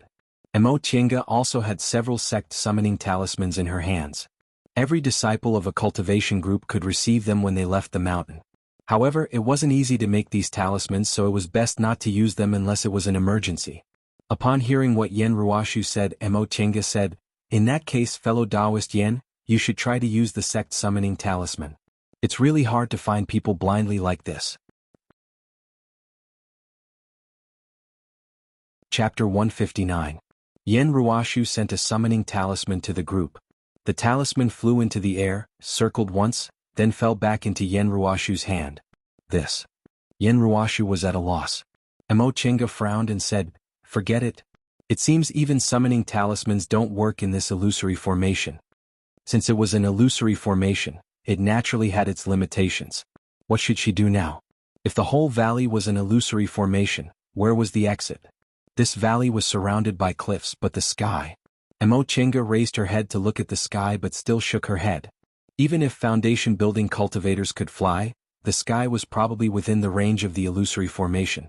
The 2 of them circled the valley but didn't find anyone else, so they returned to the stone statue and sat on the altar. Yen Ruoshu saw that Mo Chinga was still calm despite being surrounded, so she unconsciously relied on her. In order to relieve her tension, she kept talking to Mo Chinga. As it turned out, the 3 female cultivators from Bichuan Court came here together with her, but they fell behind because she sped up. About an hour after Mo Chinga and Taoist Fangjing entered the valley, Yen Ruoshu's group of 5 also met the 2 male cultivators surnamed Lu and Wang on the cliff. They were also cultivators from the same group. They learned from the aura refining cultivators on the cliff that there were already 4 foundation building cultivators going down the valley together. They also learned that there were gales, miasma and other things in the valley, so the 5 of them went down together. Unlike Mo Chinga's group, these 5 people laid a formation to resist the gales according to the instructions of the 2 male cultivators. However, how could this kind of formation, which was laid according to position, compare to Mo Chinga's white silk handkerchief? They only went about 300 meters down, but they already felt it was difficult to resist. At that moment, for some reason, the gales suddenly weakened so they could go down the valley smoothly. As soon as they entered the valley, they discovered that it was completely different from the dangerous gales and miasma high up in the sky. It was quiet and beautiful like a paradise. After searching for a while, they finally found this stone statue. When Mo Chinga heard this, she roughly understood what happened. After they were swept down by the gales, she didn't lose consciousness for long. Later, they found the stone statue and broke the formation, so the gales weakened and the 5 of them were able to reach the bottom of the valley smoothly. After understanding what happened, Mo Chinga felt even more puzzled. After thousands of years, the formation had long since lost its original might, which was why she was able to break it so easily. However, she had never imagined that the formation could actually affect the astral winds in the valley. If that was the case, wouldn't the might of the formation be much stronger than she had imagined? The hidden little spirit vein, the formation of the altar, the mysterious 5 elements platform, and this illusory formation that he knew was fake but couldn't see through, the master of this place was really terrifying. In addition, this valley was clearly as beautiful as a fairyland, but the air was filled with miasma and astral winds, as if it was deliberately not letting outsiders know. Putting all these together, it sounded like some kind of expert was living here in seclusion. However, what about the stone statue and the altar? The 2 appeared in the same place, which was like worshipping gods in the mortal world, but there were traces of immortal cultivators everywhere. Could it be that there were mortals in this valley who worshipped the immortal cultivators who lived here as gods? She thought of several possibilities in her mind, but Yen Ruoshu was still jabbering on and on. Mo Chinga was annoyed by her, so she stood up and said, "Fellow Taoist Yen." Yen Ruoshu was stunned. "Let's split up and search. If we run into other people, we'll meet here. This. Yen Ruoshu was at a loss. She was indeed a bit scared to be alone. Emo Chinga's heart softened when she saw a trace of fear flashing across her face, but also embarrassed to say it out loud. She found this person too weak and displeasing to the eye, but she was actually just a timid woman who didn't have any bad intentions. Emo Chinga softened her tone and said, "If it's inconvenient for fellow Taoist, you can wait for me here. I'll be back soon." Yen Ruoshu nodded gratefully. "Okay, big sister Yi, you have to be careful." Emo Chinga gave her a smile, then she controlled the white silk handkerchief and flew up. When she was with Yen Ruoshu just now, they only roughly searched the entire valley. This time, without Yen Ruoshu chattering on the side, Emo Chinga carefully searched the stone platforms one by one. The location of the stone statue in the T-shaped valley happened to be in the bottommost hook. There was also a long valley path that was horizontal and vertical. There were too many trees and their branches were too lush, making it inconvenient to fly. Emo Chinga simply got off the white silk handkerchief and walked along the vine bridge. If she ran into a 5 elements platform, she would be directly taken to the next point. Maybe those people also did the same. She might be able to find one or two by chance this way. As she walked on the vine bridge and among the trees, she heard the chirping of insects, the singing of birds, and the frolicking of spiritual beasts. Emo Chinga suddenly had a feeling that living in seclusion for the rest of her life in such a paradise was also good. But this thought only flashed in her mind for a moment before she immediately swept it out of her mind. She had a virtual sky world. Wasn't it also a paradise inside? What was there to be envious about? If she let this thought go, she was afraid she really wouldn't be able to get out of this illusory formation for the rest of her life. After walking for a while, she suddenly sensed a faint spiritual aura fluctuation with her divine sense. Emo Chinga's spirit was aroused. She couldn't care about anything else. She alternated between the vine bridge and the 5 elements platforms, rushing towards the spiritual aura fluctuation. The spiritual aura fluctuation became clearer and clearer. She clearly felt that 3 cultivators were fighting. One of them had a somewhat familiar spiritual aura. Emo Chinga stepped onto another 5 elements platform. She turned a corner and saw it. It was the 2 male cultivators Lu and Wang and Taoist Fangjing. She didn't know what was going on, but the 3 of them were actually fighting recklessly with bloodshot eyes. The other strange thing was that although the 2 male cultivators Lu and Wang were fighting together against Taoist Fangjing, they would trip each other up from time to time. It was simply a 3-way fight. If she only met them on the road, Emo Chinga wouldn't have paid any attention to them. Even if the 3 of them died together, it wouldn't have mattered to her. But now, they encountered the illusory formation in this valley together, and each of them was standing on one of the 5 colored stone platforms. Who knew if something bad would happen if one of them died? With that thought in mind, Emo Chinga summoned the white silk handkerchief.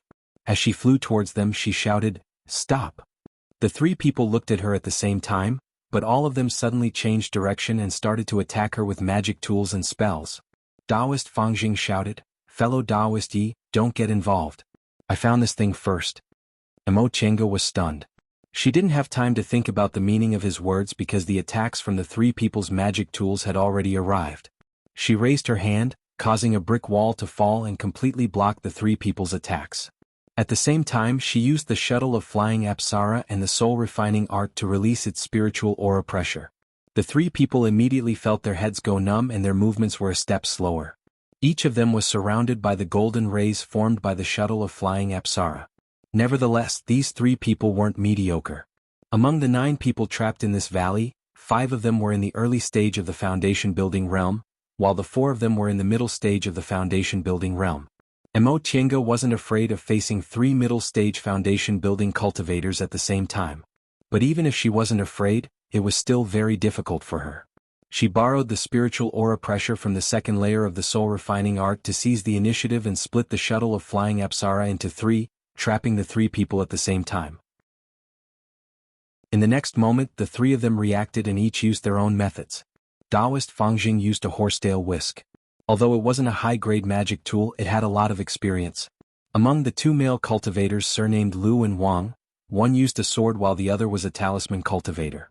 When the 3 of them attacked her at the same time, even though Emo Chinga's magic tool was powerful, she still found herself in danger. At that moment, the benefits of comparing notes with Yi Jingwen all day long previously showed themselves.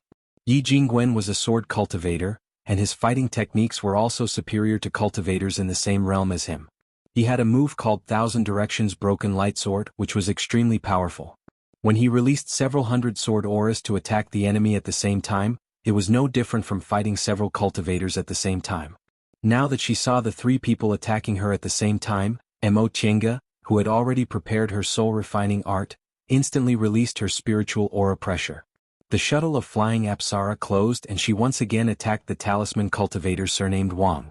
At the same time, she also summoned the enchanting lantern and firmly blocked their attacks with the white silk handkerchief. Several methods were launched at the same time, and there were practically no pauses in between. This was the result of comparing notes with Yi Jingwen. The faster she attacked and the more methods she had, the higher her chances of winning were. The enchanting lantern shone brightly, the shuttle of flying Apsara laid a formation, and the soul-refining art suppressed them. For a moment, the three people were suppressed by her and stopped for a moment. Mo Chinga shouted, "Wake up! This is an illusory formation." Right after she said that, and their divine senses were suppressed by the soul-refining art, the three people were stunned for a moment before they somewhat sobered up. Mo Chinga seized this opportunity and shouted, "Whatever you think will appear here.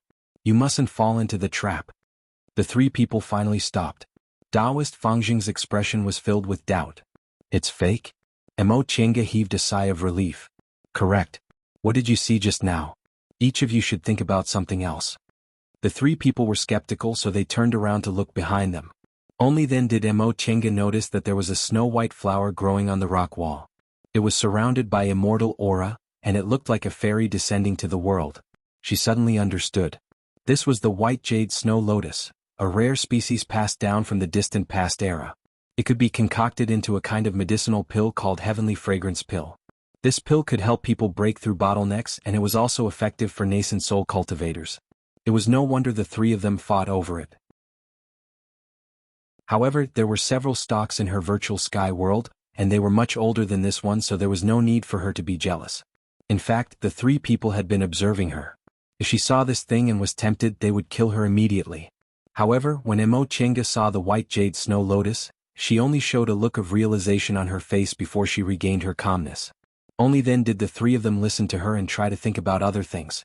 All of a sudden, the white jade snow lotus turned into green smoke and disappeared into the air. What appeared in that place was a spiritual plant enshrouded in purple aura. It swayed in the wind and was surrounded by spiritual aura. Purple slough grass. The three people's expressions changed greatly. They looked at each other and remained silent. Mo Chinga knew they believed her, so she heaved a sigh of relief. She put away her magic weapons and tools, then walked towards them. "You saw it? In here, whatever you think in your heart will directly appear in front of you. Spiritual plants and exotic flowers? They're all fake." Taoist Fangjing's face alternated between red and white. In the end, he heaved a long sigh and said, "It seems I was too impatient.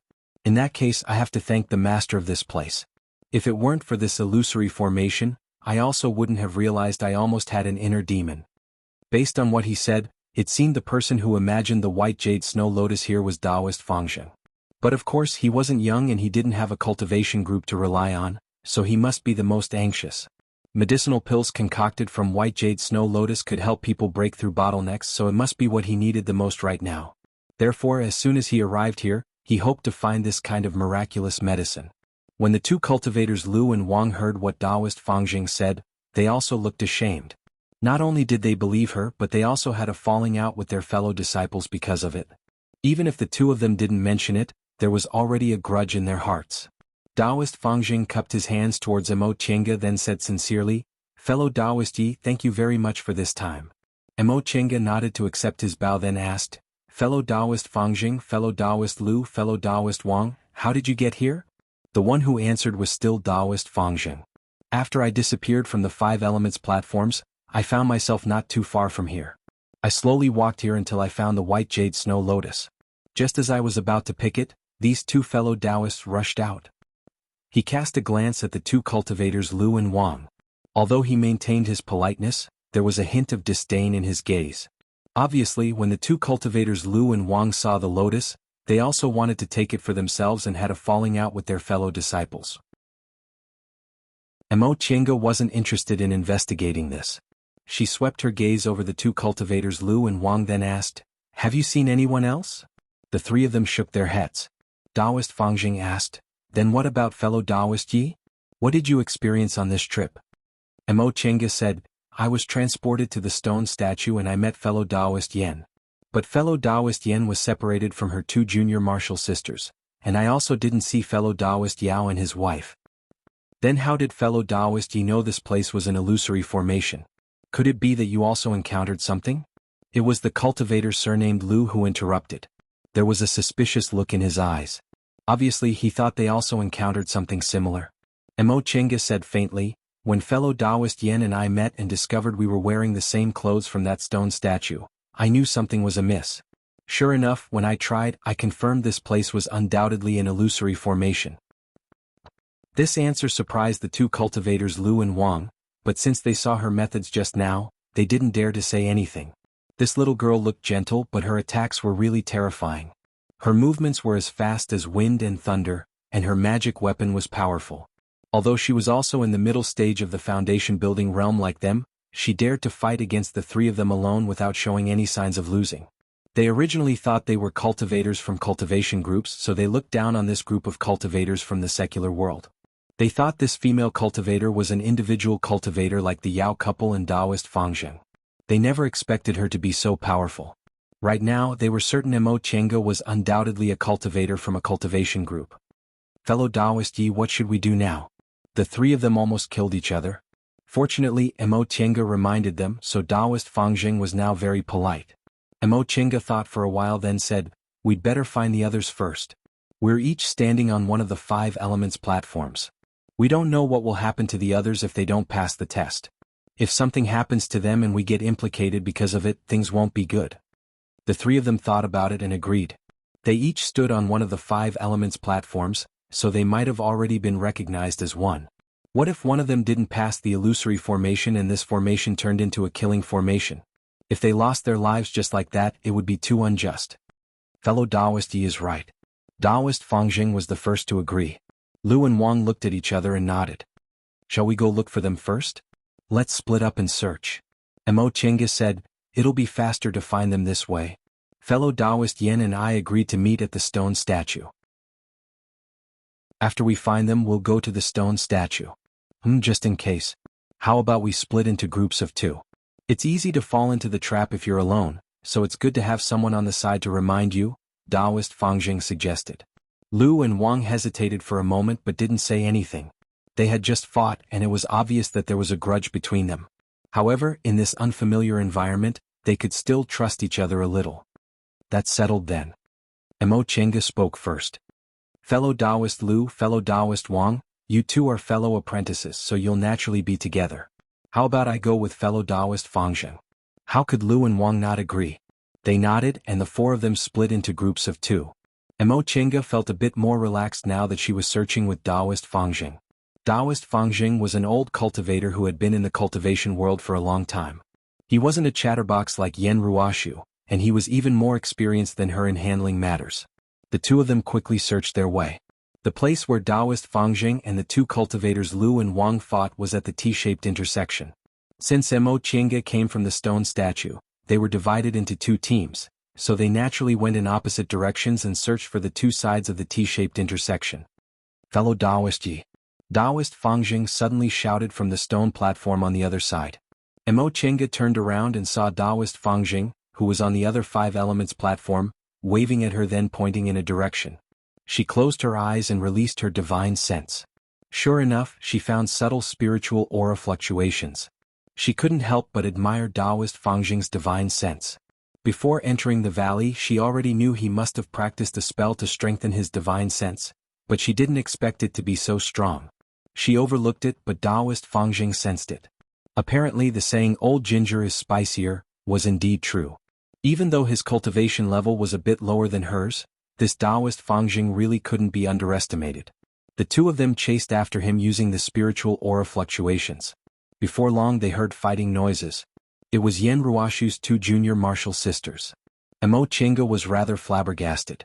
It wasn't a big deal when it came to the 2 cultivators Lu and Wang. Male cultivators valued worldly possessions, and their characters were also more aggressive. When they came across treasures, it was very likely that they would fight each other even if they were from the same cultivation group. However, these 2 were female cultivators. Female cultivators rarely fought each other when they ran into trouble, not to mention they were martial sisters from the same cultivation group. Taoist Fangjing was also astonished. The two of them slowly flew over. Sure enough, the two female cultivators from Bichuan court were fighting each other. Moreover, judging from the way they fought, they didn't seem to be holding back at all. In the middle of the fight, one of the female cultivators dressed in black shouted loudly, "You still dare to attack me!" The other female cultivator dressed in yellow, whom Mo Chenga remembered was called Junior Martial Sister Yun, by the female cultivator dressed in black, withdrew her jade bracelet magic tool, then uttered a cold humph. "Senior Martial Sister Lu, it was you who attacked first." You, the female cultivator called Senior Martial Sister Lu, had a twisted expression, and her face was filled with resentment. "Fellow Taoist Yi." Taoist Fangjing stopped and said softly, "Look over there." Mo Chenga looked in the direction Taoist Fangjing was pointing.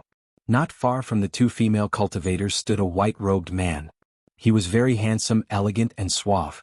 Mo Chenga sensed spiritual aura fluctuations coming from his body. His cultivation level was in the early stage of the foundation building realm. She muttered to herself, "This isn't a real person, right?" Taoist Fangjing frowned, then slowly shook his head. "In my opinion, he shouldn't be." Mo Chenga already knew second-rank spiritual beasts could be created inside this illusory formation, so presumably, creating an early-stage foundation-building cultivator shouldn't be a problem, right? Since this person appeared where the two women were fighting, he was most likely the reason for their conflict. Alas, it's another emotional entanglement. For female cultivators, feelings were indeed more important than treasures. At that moment, Junior Martial Sister Yun leaned towards the white-robed male cultivator and said in a sweet voice, "Big Brother Tang, look at Senior Martial Sister Lu." Before she could finish, Senior Martial Sister Lu whipped her magic tool whip and said angrily, "Yun Han Yen, don't go too far. Pretending to be weak and pitiful, what else can you do besides this trick? You're slandering me for hitting you. It's obviously you who insulted me, so I..." The woman called Yun Han Yen only glanced at her, then turned to talk to the male cultivator again. "Big Brother Tang, I'm not that kind of person. You know Yun Han Yen." Senior Martial Sister Lu couldn't help but shout angrily when she heard Yun Han Yen wiping her tears again. She didn't say anything else and lashed her whip again. The two women started fighting again. Mo Chenga couldn't help but rub the space between her eyebrows. Didn't these two people realize something was wrong with their Big Brother Tang? They were jealous of this man, but they couldn't even tell whether he was real or fake. Spiritual beasts and the like could be imitated, but humans were too complicated. Even if they could be imitated, the details would always be different. Since they were lovers, they would naturally be able to tell the difference. Taoist Fangjing flew towards them and shouted loudly, "Fellow Taoists." His arrival finally made the two women stop fighting for a moment, but they still glared at each other with hatred and only paid a little attention to Taoist Fangjing. In the end, Senior Martial Sister Lu still remembered the matter at hand. She asked, "Fellow Taoist, is something the matter?" Taoist Fangjing was annoyed that these two people didn't know what was important. Without saying a word, he raised his hand and threw his magic tool towards the white-robed male cultivator. The two women turned pale with fright. The two people who were fighting just now attacked Taoist Fangjing together. At that moment, Mo Chenga arrived. She waved her white silk handkerchief, blocking the two women's magic tools, allowing Taoist Fangjing to attack the white-robed male cultivator smoothly. Under Taoist Fangjing's attack, the white-robed male cultivator retreated all of a sudden. He then took out a flying sword and attacked Taoist Fangjing. Taoist Fangjing never expected that a fake illusion would be able to retreat and counterattack. He was stunned for a moment and his reaction was a step too slow. The flying sword brushed past him and cut half of his sleeve. Taoist Fangjing was astonished as he held the half of his sleeve. Mo Chenga shouted, "Fellow Taoist Fangjing, that illusion has the strength of a real person. You must be careful." Taoist Fangjing regained his senses and immediately dodged to the side. He then raised his hand and used magic to fight with the white-robed male cultivator. Under normal circumstances, individual cultivators couldn't compare to cultivators from cultivation groups or cultivation clans because they lacked magic tools, spiritual talismans, spirit stones, and the like. They also didn't have good cultivation techniques, so they were at a disadvantage in fights of magical power. However, outstanding individual cultivators weren't inferior to cultivators from cultivation groups. Because their path to immortality was extremely difficult, They had perseverance and patience that surpassed ordinary people, and they were battle-hardened. Those who could reach the end and stand above everyone else were people with excellent wisdom and tyrannical spells.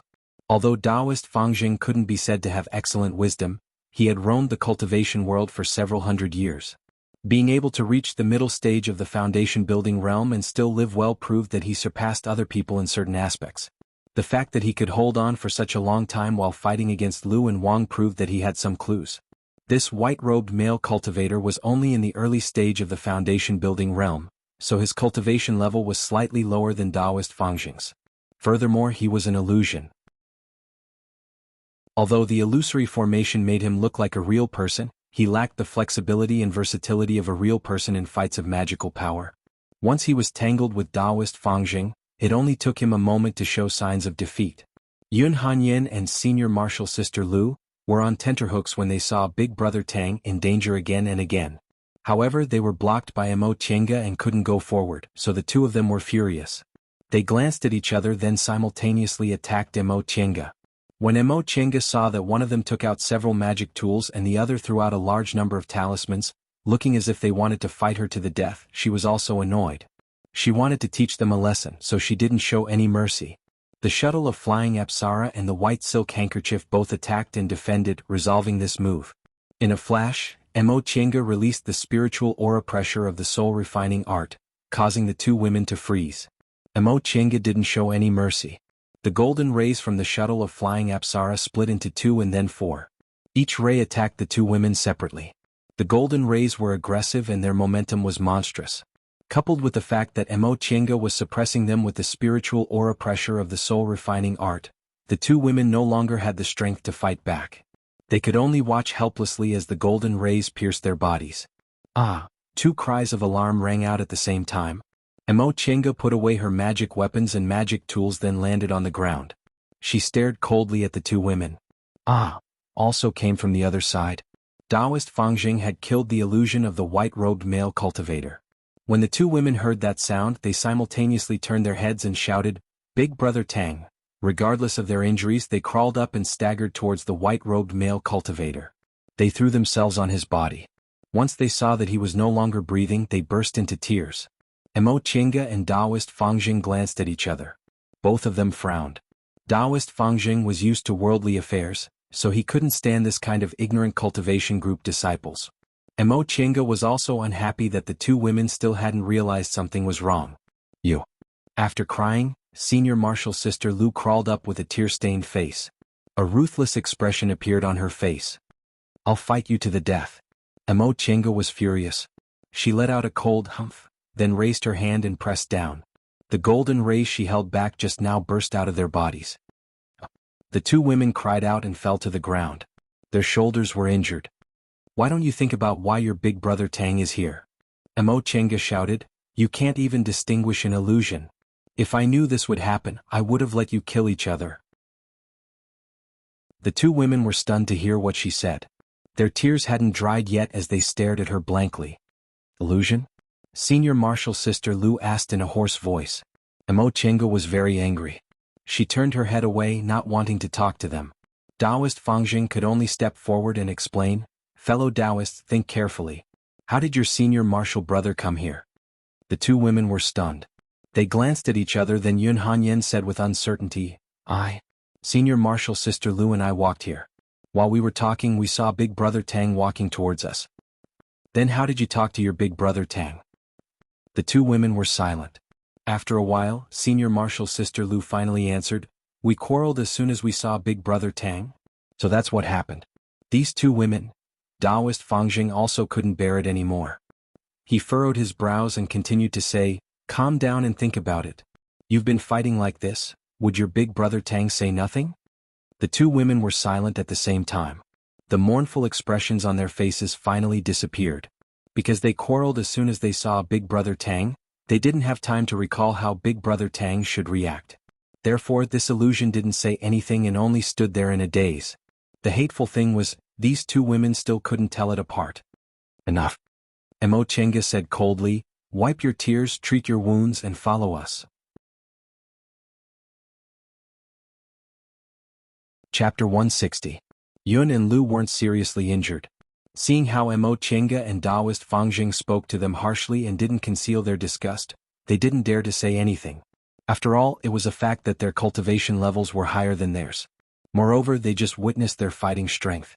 They were both female cultivators who weren't good at fights of magical powers. If they fought, any one of them would be enough to kill them. At that moment, the two of them obediently bandaged their wounds and left with Mo Chenga and Taoist Fangjing without saying a word. Although Mo Chenga wanted to teach them a lesson, she didn't hurt their vital parts. After casting a simple healing spell, Yun and Lu's injuries weren't serious. After watching such a farce, the group of four silently searched the rest of the way. As expected, they didn't find anything, so they rushed back to the stone statue. They walked to the bottom of the valley and turned a corner. The stone statue was right in front of them, but Mo Chenga was stunned. The altar was empty, and there was no one around it. Yen Ruashu wasn't there. Mo Chenga was powerless now. Although she didn't deny that female cultivators generally had lower fighting strength than male cultivators because of their personalities, most of the female cultivators she'd met weren't inferior to male cultivators. Aside from Lord Taoist Jinghe's maids with high standards, Yunwu Sec's Wang Qianyi and Murong Yen, Shenqing School's Luo Fengxue Han Qingyu, and the others all had methods and temperaments that weren't inferior to male cultivators, so they never dragged others down. The three Bichuan court female cultivators she ran into really annoyed her. One was cowardly and the other two were jealous. Could it be that there were only female cultivators in the group and no male cultivators to compare them with, so they just let themselves be and didn't strive to improve themselves? Mo Chenga's expression darkened. I told fellow Taoist Yen we'd meet here, but I don't know where she went. Taoist Fangjing's expression also darkened. He was an individual cultivator, so he became even more furious when he saw how useless the group's disciples were. How much effort and how many hardships did individual cultivators have to go through to reach the foundation-building realm? These groups' disciples had masters to teach them and were worshipped by the group, yet they were actually so disappointing. Let's just wait here. If we get separated again, it'll be troublesome, Taoist Fangjing said. We can't keep searching like this. If we lose someone else. After Taoist Fangjing said that, he didn't continue speaking. Mo Chenga already understood what he meant. They weren't these women's masters or relatives, so she couldn't take care of them right now. It would be better to just let them fend for themselves. Although this meaning was cruel, it was also the reality. If she had the strength to spare, Mo Chenga wouldn't mind lending a helping hand. However, she also couldn't make heads or tails of this illusory formation in front of her. It would be best if she didn't get killed by them. As an individual cultivator, Taoist Fangjing was able to smoothly live until he reached the middle stage of the foundation-building realm. When he needed to be ruthless, he would never be soft-hearted. Now that he saw that Mo Chenga was silent, he knew she had acquiesced, so his worried heart relaxed a little. Taoist Fangjing already saw Mo Chenga's strength during the fight just now. If he wanted to leave this place alive, he naturally hoped he could join hands with her. At that moment, however, the two cultivators Yun and Lu couldn't hear anything. Seeing their ignorant expressions, Mo Chenga felt pity and hatred in her heart. She steeled her heart and pretended she didn't see anything. Although she had the virtual sky world, they were now inside someone else's illusory formation. Even if they entered the virtual sky world, they would still be frustrated if they couldn't leave. Therefore, the most important thing right now was to leave this illusory formation safely. She didn't need to be responsible for other people's lives. The four of them waited on the stone statue altar for a while. The two cultivators Lu and Wang finally came back. When Mo Chenga sensed them with her divine sense, she deliberately paid attention to them. She realized there were only the two of them and there was no trace of Yao Zixio or Shang Ruan. She felt both lucky and disappointed. She was lucky that the two of them came back safely. She was disappointed because she had a good impression of Shang Ruan, so she couldn't help but feel sad if Shang Ruan disappeared just like that. The two cultivators Lu and Wang arrived. They glanced around then asked, "What about the Yao couple and Miss Yen?" Taoist Fangjing fought with the two of them, so he didn't want to pay attention to them right now. Mo Chenga answered, "We also didn't find the Yao couple. Fellow Taoist Yen was originally here, but she disappeared when we came back. We don't know where she went." The two cultivators Lu and Wang glanced at each other and said anxiously, "Then what should we do? If something happened to them, will we also be implicated?" "I don't know," Mo Chenga said faintly. "We've searched the whole valley. If fellow Taoists have any ideas, you can bring them up and give it a try." On the five-colored five elements platform, the two cultivators Lu and Wang already showed they were proficient in formations. In fact, Mo Chenga came from a learned family and had access to ancient books in the virtual sky world, so her knowledge about formations was naturally richer than theirs. It was just that she deliberately hid her skills and didn't want to talk about it. The two cultivators Lu and Wang were startled by what she said. Soon after, they went to the side and started to discuss. Mo Chenga listened to their discussion. These two cultivators' attainments in formations weren't bad, but this illusory formation was too real. Their methods might be useless. She then sat on the side in silence and pondered by herself. All formations needed the support of external spiritual aura. The formation on the altar in the real valley was easily broken by her because it had been too long and its spiritual aura had declined. This illusory formation could create second-rank demonic beasts, foundation-building cultivators, and thousand-year-old spiritual plants brimming with spiritual aura. The amount of spiritual aura it used must have been enormous. That was strange. Why could this formation still display such power even though it had existed for so long? The amount of spiritual aura it needed to trap them in this place and create those things brimming with spiritual aura was really frightening. It definitely couldn't be achieved by using hundreds or even thousands of spirit stones. The spirit stones used to create such an exquisite formation must have been of a high grade. Spirit stones were also divided into grades. Ordinary spirit stones whose grades weren't mentioned were all low-grade spirit stones. In addition, there were middle-grade spirit stones and high-grade spirit stones. Middle-grade and high-grade spirit stones were very rare in the cultivation world.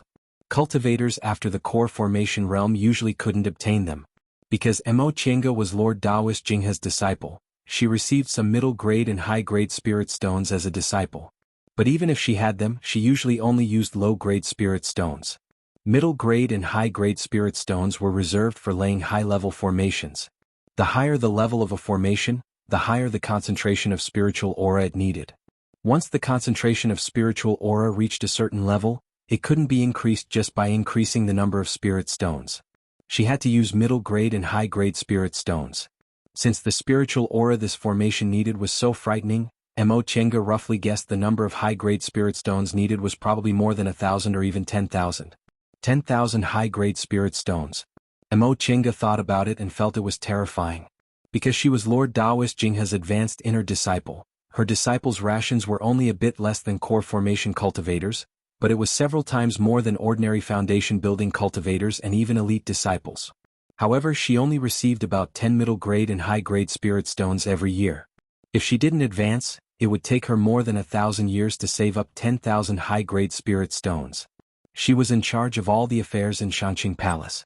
Lord Taoist Jingha only received about 100 high-grade spirit stones every year. Even so, it would take him several decades or even 100 years to save up 10,000 high-grade spirit stones. If the consumption of cultivating, laying formations and so on were taken into account, her cheap master's net worth was probably only this much, right? What was the identity of the master of this place? Her master was a nascent soul cultivator from one of the top cultivation groups in the celestial pole. Even among nascent soul cultivators, his net worth was considered rich, but he probably wouldn't use 10,000 high-grade spirit stones to lay a formation. Could it be a cultivator in the nascent soul realm or above? This thought only flashed in Mo Chenga's mind, but she soon shook her head. She had seen Zhong Muling and Yuan Bao. Judging from the illusory sky formation, this formation was a lot worse and didn't seem to be the work of a deification cultivator. Besides, how could a deification cultivator be so easy to find? According to Yuan Bao, the world was so big and the celestial pole was only a corner. There were more than 10 places like the celestial pole, and it would take several thousand years for a deification cultivator to appear. How could she be so lucky as to casually enter a deification cultivator's immortal's cave? She shook her head and continued to think about how to crack the formation. Spiritual aura. Right, such a huge illusory formation definitely couldn't exist for a long time. Even if she couldn't crack it, it would be good if it could last for several months. A happy expression appeared on her face, but a moment later her smile froze. Wrong. She only thought that an illusory formation would certainly consume a lot of spiritual aura, but she never thought that an illusory formation might make people feel wronged. One day might turn into a year. If that was the case, perhaps being trapped here for several months would turn into several hundred years, and they wouldn't be able to leave for several hundred years. However, they also couldn't really cultivate for several hundred years. In the end, they might go crazy, right? Thinking up to this point, Mo Chenga still couldn't find an answer, so she sighed. Taoist Fangjing noticed her expression, so he walked towards her and asked, "Fellow Taoist Yi, what's wrong?" Mo Chenga shook her head. "It's nothing. I just can't think of a way to crack it." She turned around and saw that the two cultivators Lu and Wang were also shaking their heads and sighing. Obviously they also couldn't think of a way to crack it. As for the two Bishuan court female disciples, upon seeing their cautious expressions, they finally realized what kind of dangerous situation they were in, so they were no longer in the mood to quarrel. Instead they just huddled together with fear on their faces. The six of them were at their wits' end. They sat on the stone statue's altar for a whole day and watched the sky turn dark, but they still couldn't come up with a solution. There was also no trace of the Yao couple and Yen Ruoshu. Seeing that the sky was already dark, Mo Chenga casually found a place on the altar to sit and meditate. She didn't know whether this place was safe or not, so she naturally didn't dare to cultivate. She just adjusted her breath. Her surroundings were completely silent, but all of a sudden she heard a whimper. Mo Chenga opened her eyes, then turned to look at the two women Yun and Lu. The one who was crying was Yun Hanyan. She was sitting with tears in her eyes, hugging her knees, looking like she wanted to cry but didn't dare to. "Miss Yun." The cultivator surnamed Lu walked to the front of the two women, then asked softly, "What's wrong?" Yun Hanyan raised her head. Her eyes were brimming with tears, looking delicate and lovely. She said in a trembling voice, She wanted to say something but didn't dare to. The cultivator surnamed Wang also walked over. Upon seeing her like this, the two male cultivators both looked comforted. The cultivator surnamed Lu seized the initiative and comforted her. "Miss Yun, don't worry. I'm here. I'll protect you." Upon hearing what he said, Yun Hanyan blinked and a tear fell from her eye. "Really?" The two male cultivators nodded desperately.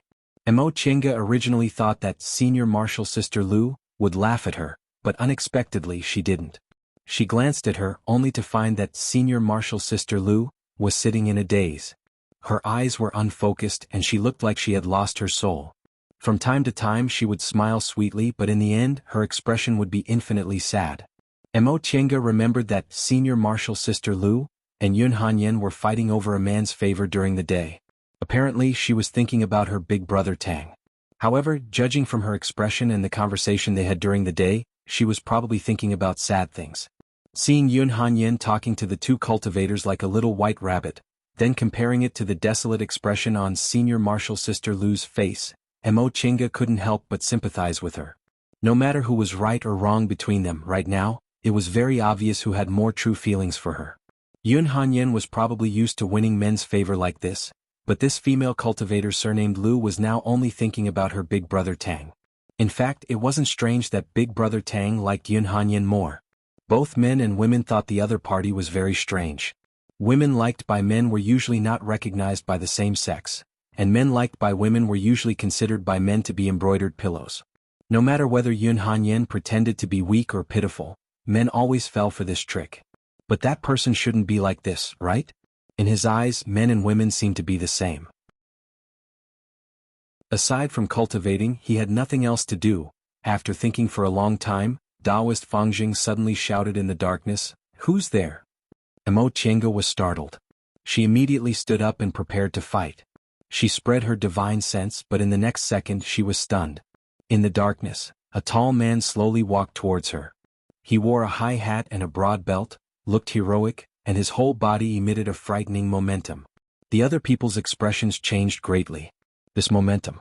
He was a core formation senior. After seeing this person clearly, Taoist Fangjing looked at Mo Zhe's reaction out of habit. However, he saw Mo Chenga staring at that person, seemingly thinking about something. He didn't have time to think too much. He cupped his hands and tried to speak as calmly and respectfully as possible. "Senior, I'm Junior Fangjing. May I ask how Senior got here?" That person didn't pay him any attention and walked straight towards Mo Chenga. Fangjing and the others were horrified. Although they outnumbered him, the other party was a core formation cultivator. The gap between a core formation cultivator and a foundation building cultivator was too big. They didn't know where this person came from. If he harbored evil intentions towards them, he only needed to wave his hand and they would probably, under their fearful and trembling gazes, that person finally stopped several feet away from them. Mo Chenga also heaved a sigh of relief. She glanced at him and said, "This is an illusion." "An illusion?" Fangjing and the others were startled. but they still looked at him cautiously. They were afraid this illusion would have the same attack power as the one they encountered. Chinga, the illusion spoke all of a sudden. Fangjing and the others were startled once again. Cultivators Lu and Wang didn't need to say anything since they'd never seen a person's illusion. Although Fangjing and the two disciples Yun and Lu had seen the illusion of Big Brother Tang, that illusion couldn't speak. The illusion walked towards Emo Chinga step by step and said softly, "Chinga, why didn't you say goodbye to me when you left?" Emo Chinga closed her eyes. When she opened them again she found the illusion was still there. She could only smile bitterly. "Why should I say goodbye to you?" The illusion paused for a moment then said, "And you shouldn't have come to say goodbye. I didn't want to see you." Although Emo Chinga knew the illusion in front of her was fake, she still felt her heart tighten. After a long time she finally exhaled and said softly, "Yes. I don't know the reason, but you've already used your actions to explain that you don't want to see me. I also don't want to see you again. Go, don't appear in front of me again." As she spoke, she closed her eyes and turned her head. Upon hearing what she said, the illusion stood there for a while then suddenly walked forward until he was very close to her. Emo Chinga heard his voice suddenly soften. "In fact, I wanted to see you. I just. His hand was about to wrap around her but Emo Chinga took a step back. She said those words because she hoped the illusion would disappear on its own, but she couldn't control her thoughts. She took a deep breath, raised her head, and stared at the illusion that was almost no different from the real person in front of her. She said word by word, "You're fake." "I don't want to fake." The illusion smiled. It was a smile that rarely appeared on the real person. "I'm real. You want me to be real." Emo Chinga realized her state of mind was very chaotic. She knew this illusion wouldn't disappear, but she almost couldn't control herself.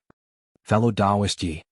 At this time Fangjing shouted and threw a talisman at her. "This is a heart-calming talisman." Emo Chinga took it and stuck it on her body without hesitation. Although her state of mind couldn't calm down immediately, it was no longer chaotic. She slowly calmed her breathing, but she was seriously looking at the illusion in front of her. "I admit that I have feelings for you, but I want to walk the path of immortal ascension. If you love me, I'll be happy. If you hate me, I won't be sad." The man in the light blue Taoist robe finally faded away as she spoke. When the illusion completely disappeared, Fangjing and the others finally heaved sighs of relief. A core formation cultivator. The illusion here had the power of a real person. If they really fought with this illusion, they wouldn't even need to think of a way to get out because they would die here. Fellow Taoist Yi. At that moment, Taoist Fangjing looked at Emo Chinga with a different gaze. Just now, he heard the illusion call her by another name, so he knew the name Yi Xiaotian was most likely fake. But it didn't matter. They were just strangers who met by chance. Maybe they wouldn't see each other again after they parted, so what did it matter what name she was called? The most important thing was that the illusion just now was a core formation cultivator. This woman had an unusual relationship with a core formation cultivator, which meant her identity was more complicated than he imagined. In that case he definitely couldn't defend her. In addition, Fangjing noticed something else. He had been in the cultivation world for several hundred years and met countless cultivators, so he recognized at a glance that the illusion was wearing the Taoist robe of Xianqing School, the number 2 cultivation group in the Celestial Pole. Apparently this woman was also related to Xianqing School. In a flash, relying on his rich experience, Taoist Fangjing analyzed all this and had a rough idea of what to do. Whether it was because of her hidden identity or the abilities she showed so far, he absolutely couldn't defend this woman. Emo Chinga wiped the sweat on her forehead then smiled at Taoist Fangjing. Fellow Taoist Fangjing, thank you for the heart-calming talisman just now. The price of a heart-calming talisman is quite high, it's not cheap. I don't want fellow Taoist to lose it for no reason, so I might as well exchange this talisman with you. Taoist Fangjing took the talisman and looked at it. This was actually a foundation-building cultivator's invisibility talisman. He originally felt distressed about using a heart-calming talisman that cost more than 100 spirit stones, but now he realized he made a huge profit. A foundation-building cultivator's invisibility talisman was priceless. Even if it could be bought, it would cost at least several hundred spirit stones. Thank you, fellow Taoist. I won't be polite. Chapter 161. Emo Chinga had her own considerations as to why she immediately used an invisibility talisman. First of all, she was no longer the miserable little aura-refining cultivator she was before. She had a school and a master, so a mere invisibility talisman wasn't something she felt distressed about. Secondly, although pretending to be a pig to eat a tiger was an extremely effective move, there was no need for it if one was strong enough. There were a total of 5 groups of people here, so it would be very good if these 3 Bichuan court female disciples didn't drag them down. In terms of fighting strength, Mo Tiange didn't care at all. The 2 male cultivators, Lu and Wang, both had relatively high cultivation levels and weren't weak. If they joined forces, Mo Tiange would have a hard time dealing with them. However, the 2 of them weren't united. The Yao couple had great teamwork, but their cultivations were a little low. Taoist Fangjing's cultivation level was relatively high, and he was also strong in fights of magical powers. However, he didn't have many treasures, so Mo Tiange believed it wouldn't be difficult for her to deal with him if she went all out. That being the case, she might as well show her strength. Others might not know, but Taoist Fangjing was a smart man. Not only would he revere her, but he would also sincerely regard her as his companion. In this illusory array, if there was no one to warn him, he would easily fall into the trap. Having an ally was better than being alone. After giving Taoist Fangjing an invisibility talisman, she casually chatted with him for a while, then found a corner and sat cross-legged to meditate. Because of that illusion just now, the 2 cultivators Lu and Wang couldn't be bothered to curry favor with Yun Hanyan anymore. Instead, they hid to the side and whispered to each other, seemingly discussing Mo Tiange's real identity. She didn't care what these people thought of her. After they left this valley, they would go their separate ways. Who would know who was who? Just like that, the night passed without any danger. There were several kinds of illusions in the middle. Fortunately, they reminded each other, so nothing serious happened. The sky was bright and birds were chirping. The first ray of morning sunlight finally shone into the valley. The valley was surrounded by steep cliffs, and the sun shone in at 9 o'clock. The 6 people present were all foundation building cultivators, so they didn't need to deliberately rest. It was just that after a night of fright, Yun and Lu were not in good spirits. Mo Tiange and Taoist Fangjing glanced at each other. They both saw helplessness in each other's eyes. These female cultivators were really unable to accomplish anything but were good at spoiling things. He wanted to leave them behind, but he was afraid that it would affect him. Even after the sky brightened, there were still no signs of activity. The 2 people, Wang and Lu, couldn't sit still anymore. After whispering to each other for a while, they walked towards Mo Tiange and Taoist Fangjing together. It hadn't even been a day since they were trapped inside the formation, but they already formed a small group. Yun, Lu, and Wang were from the same cultivation group, so even if they had any conflicts, they were still together. Mo Tiange and Taoist Fangjing were both single people, and their habits were also quite similar, so they were naturally closer to each other. Fellow Taoists. The one speaking was the cultivator surnamed Lu. Mo Tiange and Taoist Fangjing opened their eyes and stared at them. Lu and Wang also sat down cross-legged in front of them and said, "Fellow Taoists, we can't go on like this. High-level illusory formations usually consume the energy of those who enter the formation. The longer we stay here, the more disadvantageous it will be for us. Who knows, one day we might run out of blood essence." Taoist Fangjing was taken aback. Consume blood essence? The cultivator surnamed Wang answered, "Correct. We 2 martial brothers are disciples of Gigu School. Our Gigu School originated from Tianliang School. Now that Tianliang School has long been exterminated, our Gigu School is definitely the strongest in the field of formations." It was only now that these 2 cultivators revealed their sect's inheritance. Mo Tiange had indeed heard of Gigu School. Although what the cultivator surnamed Wang said was a bit exaggerated, it wasn't far from the truth. There weren't any big cultivation groups in the celestial pole that were proficient in formations. There were only several medium-sized cultivation groups that were proficient in formations, and Gigu School could be considered one of the best among them. However, the corners of Mo Tiange's mouth curved into a faint smile. What the 2 people said was a bit too shocking. She had studied illusory formations before, and there was indeed a saying about consuming blood essence, but that only happened when one was bewitched. Inside an illusory formation, if one was bewitched by the illusion, their blood essence would be absorbed by the formation. However, if one's mind was firm, they wouldn't be affected too much. Upon seeing her expression, the 2 people surnamed Lu and Wang felt a bit restless. They didn't know what she meant, so they glanced at each other. The cultivator surnamed Lu then said with a smile, "Little brother is Lu Xiangxin, and this is my junior martial brother, Wang Xiangji. May I know how to address you too?" She didn't know whether Taoist Fangjing had greeted them or not, but the mechanism was activated the moment Emo Chenga entered the hall of the five-colored Five Elements platform. She only heard their surnames from Shang Rowan. My Taoist name is Fangjing. Taoist Fangjing nodded at the two people. Emo Chenga then said, Yi Xiaotian. The two people surnamed Lu and Wang were only surprised for a moment, but they didn't care too much about why her name sounded different from last night. The four of them greeted each other again. Lu Xiangxin then said, Fellow Taoists, in short, if we stay in this illusory formation for another day, we'll suffer some injuries. It'd be better for us to leave as soon as possible. Emo Chenga chuckled. We've always wanted to leave, but we just couldn't find the direction. Since fellow Taoists said this, could it be that you found a way? This? Lu Xiangxin hesitated for a moment. Wang Xiangji took over the conversation. Miss Yi, to be honest, this formation is indeed brilliant. We two martial brothers also can't figure it out, but we can't just sit and do nothing, can we? Taoist Fangjing glanced at Emo Chenga's expression then asked, Then what should we do in your opinion? Upon hearing Taoist Fangjing's tone of relief, Lu Xiangxin's spirits were lifted. According to our research on formations, no matter how brilliant a formation is, it's impossible for it to be flawless. This valley isn't big, but it's very complicated. If we look around a bit, we'll definitely be able to find it. You're right.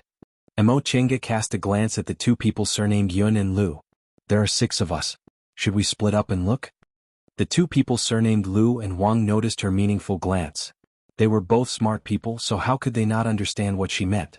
They immediately became somewhat hesitant. This? Emo Chenga put on a fake smile. Fellow Taoists, we can't just eat and not work. Lu Xiangxin was fine, but Wang Xiangji's face instantly flushed upon hearing what she said. Emo Chenga glanced at the two people surnamed Yun and Lu, meaning to ask whether they would be responsible for these two people. The two people surnamed Lu and Wang hesitated. After all, although they were trying to please them, their lives were still a bit more important. Emo Chenga mocked them for wanting to take advantage of them but not wanting to take responsibility. Wang Xiangji was thin-skinned. Seeing as Emo Chenga was also a beautiful woman, mocking him to his face inevitably made him lose face. For a moment, the situation became awkward. Only the two people surnamed Yun and Lu were far away, so they didn't notice anything. Ahem. Taoist Fangjing coughed then said, Fellow Taoists, I'll tell you the truth. I'm already being polite by not taking their lives. I don't want to work for other people. Taoist Fangjing was an individual cultivator. The world of individual cultivators was much crueler than that of cultivation group disciples. Generally speaking, people who didn't show enough strength wouldn't be accepted if they went on an adventure together. Right now, he was already being polite by not making things difficult for these two Bichuan court female cultivators. After all, this matter wasn't the same as agreeing to go on an adventure. The 9 of them were inadvertently tied together. Since Taoist Fangjing already said this much, the two people surnamed Lu and Wang had nothing else to say. They glanced at each other, then Lu Xiangxin said, All right, the 4 of us will continue to search. As for the others, we won't care about them. Of course, we'll occupy the 5 elements platforms separately, so it'd be best for us to take our lives into consideration. What he said gained the approval of the other 3 people. After a brief discussion, Lu Xiangxin told the two people surnamed Yun and Lu. Emo Chenga wasn't interested in what they had to say. She only saw from afar that Yun Hanyan lowered her head and wiped her tears as soon as she heard what Lu Xiangxin said. It was only after Lu Xiangxin comforted her that he returned with a bitter smile. Emo Chenga didn't feel like caring about other people's business, and Taoist Fangjing naturally didn't care about this kind of youngster's pestering. The 4 of them were silent the whole way. They came down from the altar and slowly searched. Not too far from the altar, Wang Xiangji suddenly called out. Although the 4 of them were together, they were searching separately. At that moment, the other 3 people all raised their heads and looked at him. Wang Xiangji's expression was heavy as he beckoned them over. The 3 of them flew towards him. Once they arrived at Wang Xiangji's location, Emo Chenga's expression immediately darkened. It was Yen Ruoshu. Yen Ruoshu was currently lying on a 5 elements platform. Her complexion was deathly pale and she wasn't breathing at all. Emo Chenga crouched down and tried to inject her spiritual aura into Yen Ruoshu's body, but it was to no avail. She stood up and shook her head. There's no saving her. They were trapped inside this illusory formation. Although they couldn't leave, they weren't in any danger. Now that someone died, the 4 of them had grave expressions on their faces. Although this formation was an illusory formation, it could still kill people. Among the 4 of them, Emo Chenga was the only woman, so she was naturally in charge of examining the corpse. There weren't any injuries on Yen Ruoshu's body. Her clothes were intact and there were no signs of a struggle. It was as if she suddenly died here. Emo Chinga examined her carefully. In the end, she discovered that Yen Ruoshu's posture was a bit strange. Her hand was stretched to one side as if she wanted to grab something. "How is it?" Wang Xiangji asked anxiously. Emo Chinga didn't answer. She once again used her spiritual aura to strike the top of Yen Ruoshu's head. After a person died, their meridians became rigid and spiritual aura couldn't be injected into them. However, the top of the head was a shortcut to the dantian, so spiritual aura could still be injected into it. Several breaths later, Emo Chinga let go of her hand and stood up with a grave expression. "Fellow Taoist Yi, how is it?" Taoist Fangjing also asked with concern. Emo Chinga sighed and said, all of her blood essence was exhausted. Apparently, she was blinded by the illusion and couldn't struggle free in the end. Judging from Yen Ruoshu's posture, she was obviously trying to grab something, but there was nothing in front of her. That thing should be her illusion. Once she died, the illusion naturally disappeared. The other three people were once again silent. Lu Xiangxin and Wang Xiangji glanced at each other. Both of them saw a hint of astonishment in each other's eyes. They previously said they would die from exhaustion of their blood essence just to scare these two people. They never expected that such a thing would actually happen. How could they not panic? Emo Chinga muttered to herself for a while, then said, "Fellow Taoist, it seems fellow Taoist Yan's death happened last night, but we didn't feel anything at all." Taoist Fangjing was dumbfounded. "Fellow Taoist, are you saying our lives won't be affected by other people?" "That's not necessarily the case." Emo Chinga took out an empty Qingquan bag, then waved her hand to put Yen Ruoshu's corpse away. After all, the three of them were on the same stone platform. Maybe it's enough as long as one of them is alive. Seeing her putting Yen Ruoshu's corpse away made the other three people rather envious. Of course, it wasn't because they had strange hobbies. They were just envious of the things on Yen Ruoshu's body. However, they also didn't dare to offend Emo Chinga because of this. She didn't directly take the Qingquan bag. She put the corpse away instead, most likely to give it to the other two female cultivators. However, this already proves that if we're confused by the illusion, it's indeed possible that we'll die from exhaustion of our blood essence. The three people once again fell into silence. "Alright, let's not waste time here. Let's keep looking." Taoist Fangjing nodded. "We should be more careful. Let's search in pairs." Although they didn't split up, they searched separately. Now they didn't dare to split up anymore. They formed a team of two and slowly searched along the way. The atmosphere was depressing. Perhaps it was lucky or unlucky, but right after they searched that intersection, they suddenly heard a cry of alarm. The four of them looked at each other to make sure it wasn't an illusion, then they flew towards the source of the sound. They didn't fly far before Emo Chinga's sharp eyes saw Shang Ruan's figure on a 5 elements platform. She was delighted, but she was immediately alarmed. That was indeed Shang Ruan, but there was another person not far from her. "Ah!" Wang Xiangji cried out in surprise. He said in astonishment, That's fellow Taoist Yao, but why? Emo Chinga also frowned deeply. Judging from his figure, that was indeed Yao Zixio. But the strange thing was, his cultivation level was actually in the core formation realm. How was that possible? She couldn't rule out the possibility that there were some fated chances inside this illusory formation, but there was no way it could allow a cultivator to directly jump from the early stage of the foundation building realm to the core formation realm. Foundation building cultivators' dantians and meridians could only hold so much spiritual aura, but the spiritual aura of a core formation realm cultivator would increase by 1,000 times, and their dantians and meridians would need to be reshaped. Even if they had enough spiritual aura to allow a cultivator to directly jump from the early stage of the foundation building realm to the core formation realm, it would still take them 1 to 3 years to remold their bodies. Could it be an illusion? But judging from Shang Ruan's expression, it didn't seem like it. The other three people were hesitant about whether they should approach her or not. After all, the spiritual aura pressure of a core formation cultivator was real, and they didn't dare to clash with a core formation cultivator. At that moment, Emo Chinga was already flying towards Shang Ruan. "Fellow Taoist Yi." Taoist Fangjing called out but didn't stop her. He helplessly continued to hesitate. When he turned around, he saw that Lu Xiangxin and Wang Xiangji both had restless expressions on their faces.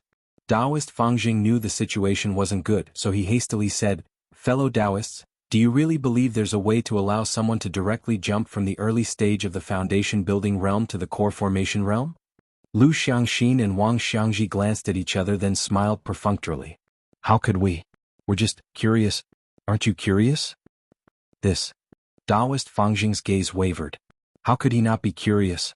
As an individual cultivator, how much effort did it take for him to cultivate to the middle stage of the foundation building realm?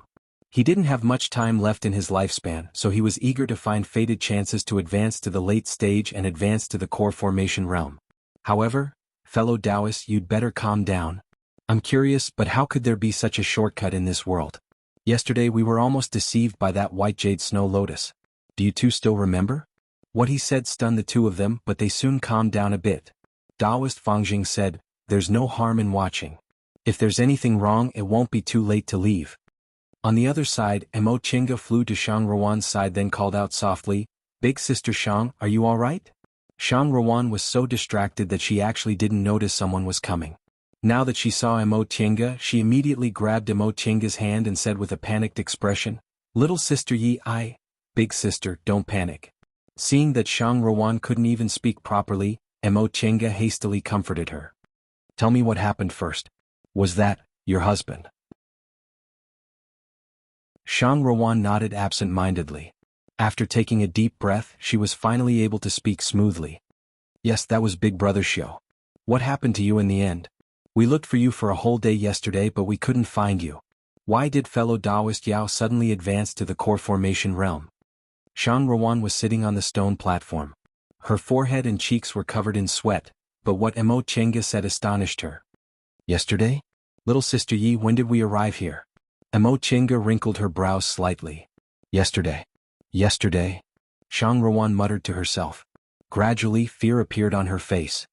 No, Big Brother Xiu and we've been living here for 3 years.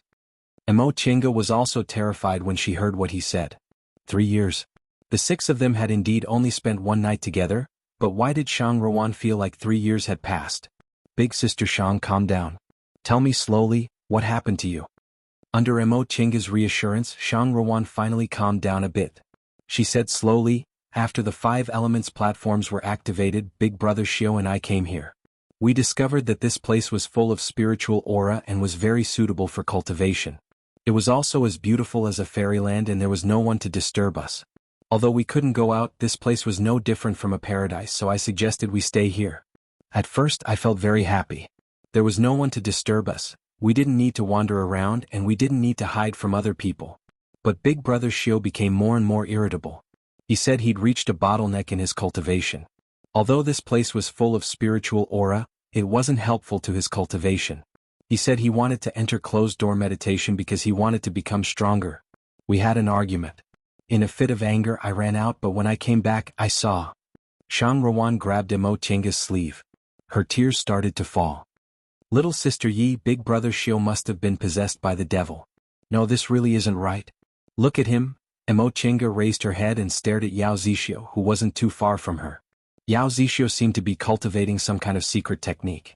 He was flying in midair and his whole body was wrapped in a black substance. Sounds of wind and thunder could be faintly heard inside.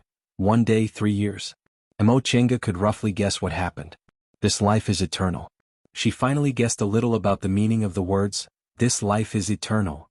This life is eternal and eternity is only 1 day. This was the most frightening aspect of this illusory formation. Shang Ruan always fantasized about peaceful days. This place was like a fairyland which triggered this thought in her. Therefore in the beginning they were living in Shang Ruan's fantasy. The two of them lived without anyone to disturb them, which was why they couldn't find each other.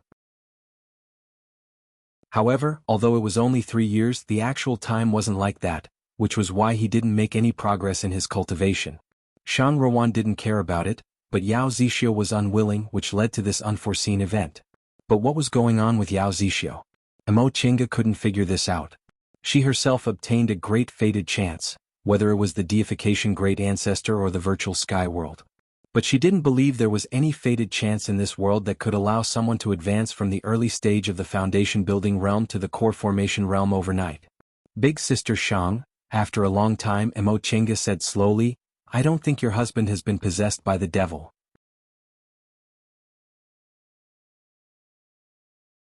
Chapter 162. Shang Ruan stared at Emo Chenga in a daze. She didn't understand what she meant. Emo Chenga stared at Yao Zixio, who was flying in the air, and said slowly, "This life is eternal. This life is eternal. Eternal is only one day. In this place, aside from leaving, any wish can be granted. If you want a paradise, I'll give you a paradise. If he wants to hold his head high, I'll give him that." She looked down at Shang Ruan with pity and sadness. "So it's all fake.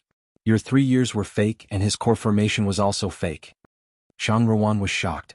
She didn't come back to her senses for a long time. Emo Chenga continued to say, "This illusory formation will show the things everyone wants the most.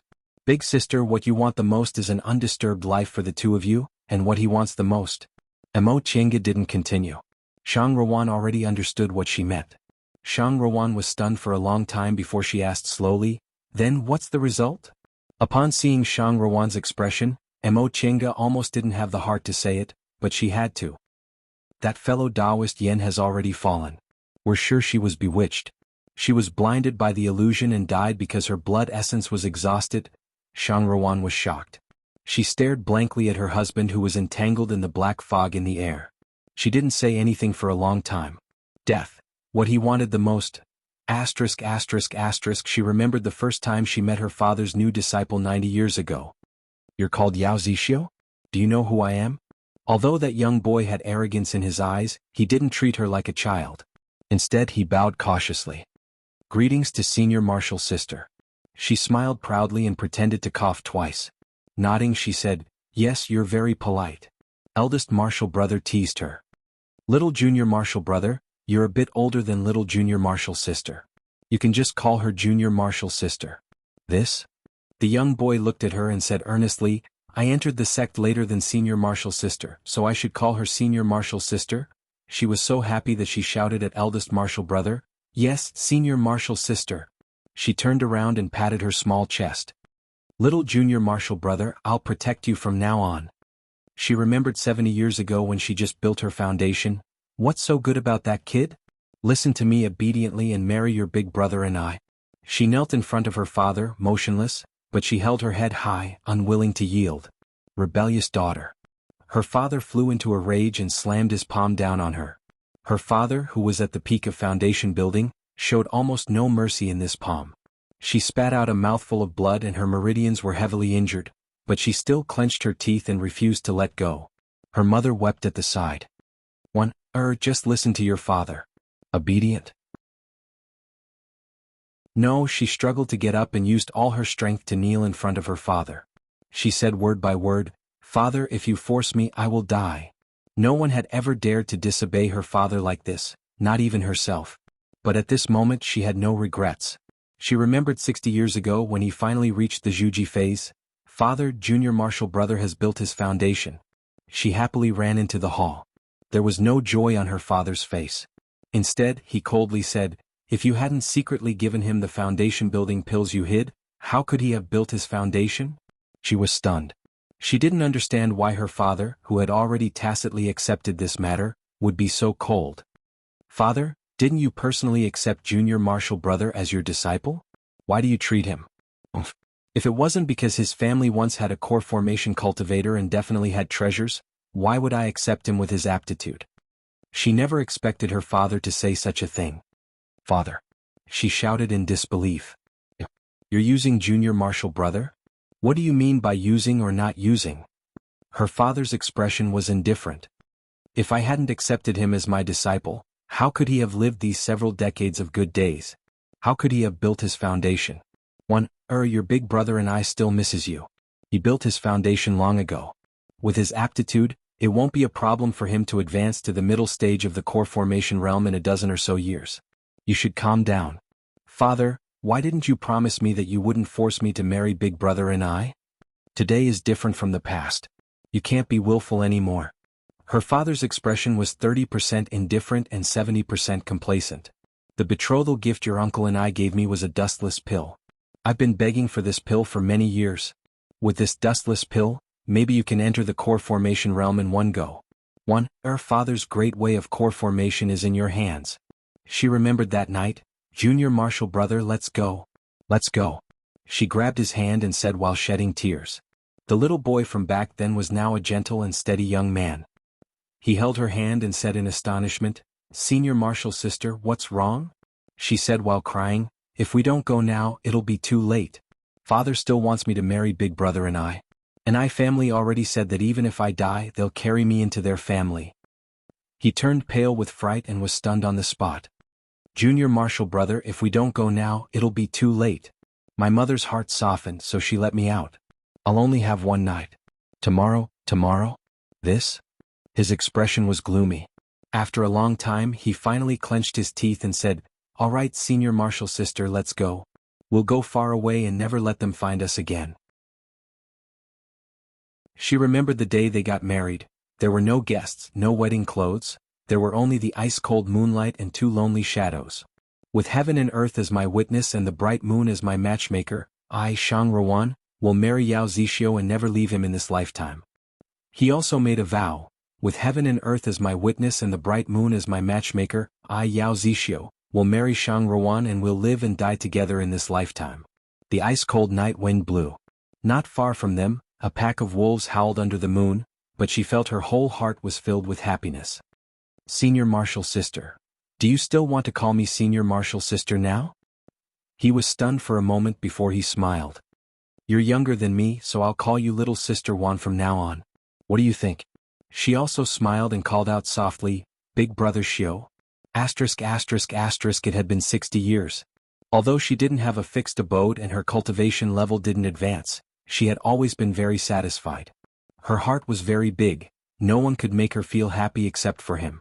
Her heart was also very small, as long as she was with him, she would feel happy. Her tears fell. This was the first time she realized that happiness was so far away from her. "Be careful." Mo Chinga grabbed Shang Ruan and retreated hastily. The mass of black fog floating in the air suddenly exploded. Yao Zixio opened his eyes and his momentum soared. The core formation realm. No matter what the reason was, the Yao Zixio in front of her was undoubtedly in the core formation realm. Inside this illusory formation, the illusions created wouldn't disappear unless one's willpower shifted. Otherwise, the illusions were no different from real people. Mo Chinga turned around to look. Fangjing, Lu Xiangxin, and Wang Xiangji also had astonished expressions. Once he regained his senses, Fangjing signaled them with his eyes and shouted in a low voice, "Go!" The four of them, along with Shang Ruan who was being pulled by Mo Chinga, fled into the distance. But in the next second, a majestic momentum soared from behind them. "Ah!" Two blood-curdling screams rang out. Lu and Wang, who were lagging behind, were sent flying. One crashed into a tree trunk while the other fell on a 5 elements platform. Both of them vomited blood. It was unclear whether they were still alive or not. "Stop!" Yao Zixio shouted loudly. Mo Chinga quickly turned around.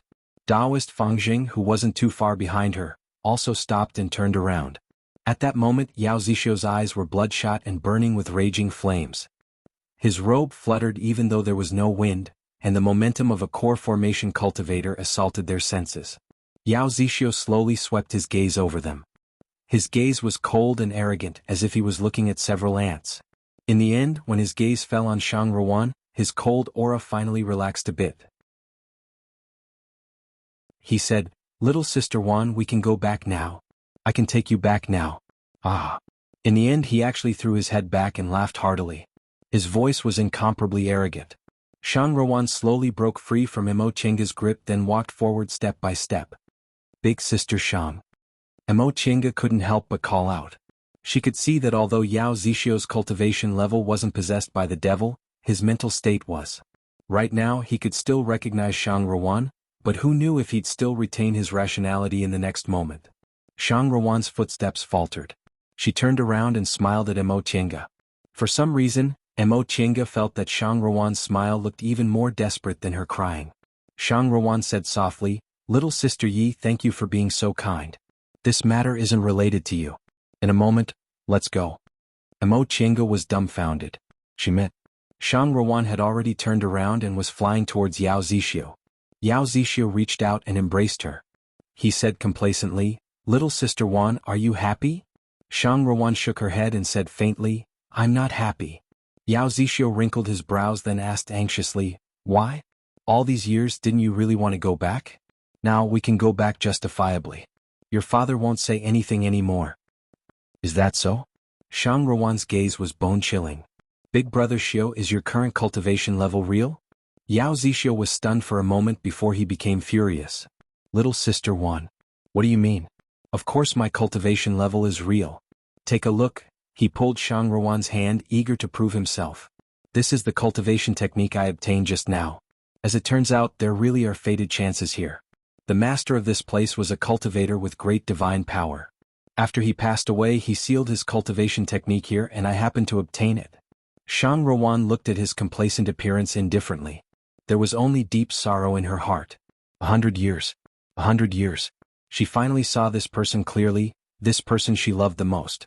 As it turned out, in his heart, cultivation had always been the most important thing. As it turned out, this was the result he'd always wanted. She took the jade slip from Yao Zixio's hand and injected her divine sense into it. Soon after, she sneered and threw it back to him.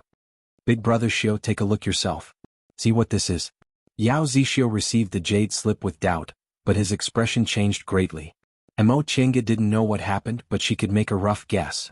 This so-called fated chance was just Yao Zixio's imagination. This jade slip naturally didn't contain any cultivation technique.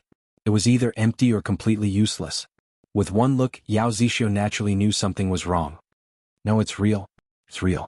At first, he was mumbling to himself, but in the end, Yao Zixio's expression turned ruthless. He turned around and glared furiously at Mo Chenga and Fang Zheng. Did you steal it? Did you? Big brother Xiao. Shang Ruan shouted and grabbed his sleeve. It has nothing to do with other people. This is an illusory formation, so you're hallucinating. Illusory formation? Hallucination. No, you're lying to me. You're lying to me. Yao Zixio's momentum gushed out. With a wave of his arm, Shang Ruan cried out in alarm and fell from midair. Under Yao Zixio's gaze, Mo Chenga didn't dare to move. She could only watch helplessly as Shang Ruan fell. No matter how weak Yao Zixio was before, inside this illusory formation he was a genuine core formation cultivator. No matter how arrogant Mo Chenga was, she didn't think she could fight against a core formation cultivator. If she fought, she couldn't win. If she ran, the valley was only this big, so she couldn't escape. Enter the virtual sky world? To enter the virtual sky world, she had to use the incantation, which would take at least 3 breaths of time. However, Yao Zixio was staring at them. If she made even the slightest movement, he might kill them. She didn't have a single breath of time. Big brother Xiao. Shang Ruan was obviously injured, but she still struggled to get up. Big brother Xiao, don't. You'll be possessed by the devil. Little sister Wan, you don't need to say anything. Do you think I don't know? Yao Zixio's eyes were bloodshot, making him look even more demonic. Back then, your father accepted me as his disciple because he fancied my Yao clan's treasures. To make him agree to let you marry me, I offered my Yao clan's ancestors' secret technique. But what did your father do? 10 years later, he still wanted you to marry someone else. Moreover, this time I was already useless and he even wanted to kill me. What? Shang Ruan was shocked. My father, you don't know, right? Yao Zixio grinned. His calm and refined demeanor could no longer be seen. His ruthless appearance was even more frightening. Back then it wasn't because he loved you, his daughter, but because I offered Yao clan's treasures to him. But even so, he only let us off for 10 years. When you came to look for me that day, I already received news that he wanted to kill me. I originally planned to leave by myself, but you came looking for me. I couldn't bear to part with you. Shang Ruan's lips trembled, but she couldn't say anything. It was actually like this. No wonder he was so eager to cultivate, no wonder he probably wanted to take revenge after he formed his gold core. She suddenly burst into tears. As it turned out, there was no solution. There was no solution at all. She thought she only needed to persuade him, but it turned out he actually had this kind of reason. Even if he was willing to walk out of the illusory formation, he was still thinking about taking revenge. Little sister Wan, Yao Zixio said softly, don't worry. For your sake, I won't take his life. It'll be enough if I just cripple his cultivation level. All these years I've been asking around, but your father didn't succeed in forming his gold core. Retribution, this is retribution. Ah. Once he finished laughing, Yao Zixio shifted his gaze towards Mo Chenga and Taoist Fang Zheng. He said slowly, I'll start with the two of you. Come, let me see your skills. Both Mo Chinga's and Daoist Fangjing's expressions darkened. Each of them held their magic tools or magic weapons tightly. Yao Zixio seemed like a cat teasing a mouse. He didn't attack right away as if he was really waiting to see their skills. After a moment of silence, Mo Chinga said, "Fellow Daoist Yao, you don't believe this is an illusory formation?" "I believe it," Yao Zixio said with his head held high. However, advancing to the core formation realm wasn't an illusion. If it was an illusion, I wouldn't have such a clear feeling. I've really become stronger. This feeling. While he was still reminiscing, Mo Chinga smiled. Yes, it's a feeling, but feelings can be wrong. You, Yao Zixio glared at her angrily after being denied again. He raised his hand, and a ball made of spiritual aura gradually appeared in his palm. Mo Chinga and Daoist Fangjing became even more nervous. Core formation cultivators could materialize their spiritual aura, so a strike from a spiritual energy ball like that definitely wasn't something foundation-building cultivators like them could withstand. "Big Brother Xiao!" Shang Ruan shouted, "Big Brother Xiao, please let them go. If you want to take revenge, it has nothing to do with them." "Shut up!" Yao Zixio shouted, "In the cultivation world, what's the big deal about killing people? You're just being soft-hearted." "I'm afraid you'll be possessed by the devil?" "Possessed by the devil? So what if I'm possessed by the devil?" Yao Zixio sneered. "If I can obtain such formidable power, I'm willing to be possessed by the devil. Besides, what's the harm in being possessed by the devil? Master Song Feng is a great late-stage nascent soul cultivator, but didn't he also kill innocent people? I've never seen his cultivation level affected by being possessed by the devil. What inner devil? What moral integrity? They're all fake." Shang Ruan couldn't persuade him anymore. She stared blankly at the overbearing Yao Zixio with tears rolling down her cheeks. She said mournfully, "What about me? What do you want to do with me? What should I do if you're possessed by the devil?" Yao Zixio was silent. His expression softened as if her words touched the softest part of his heart. At that moment, Mo Chinga gave Daoist Fangjing a meaningful glance. The two of them understood each other tacitly and started to make their own preparations. "Big Brother Xiao, do you still remember the vow we made that day? I, Shang Ruan, will marry Yao Zixio and I'll never leave him in this lifetime." Shang Ruan wiped the blood from the corners of her mouth, then flew up while swaying. She reached out to him. "Big Brother Xiao, don't leave me." Yao Zixio couldn't help but also reach out to hold her hand. His voice also softened.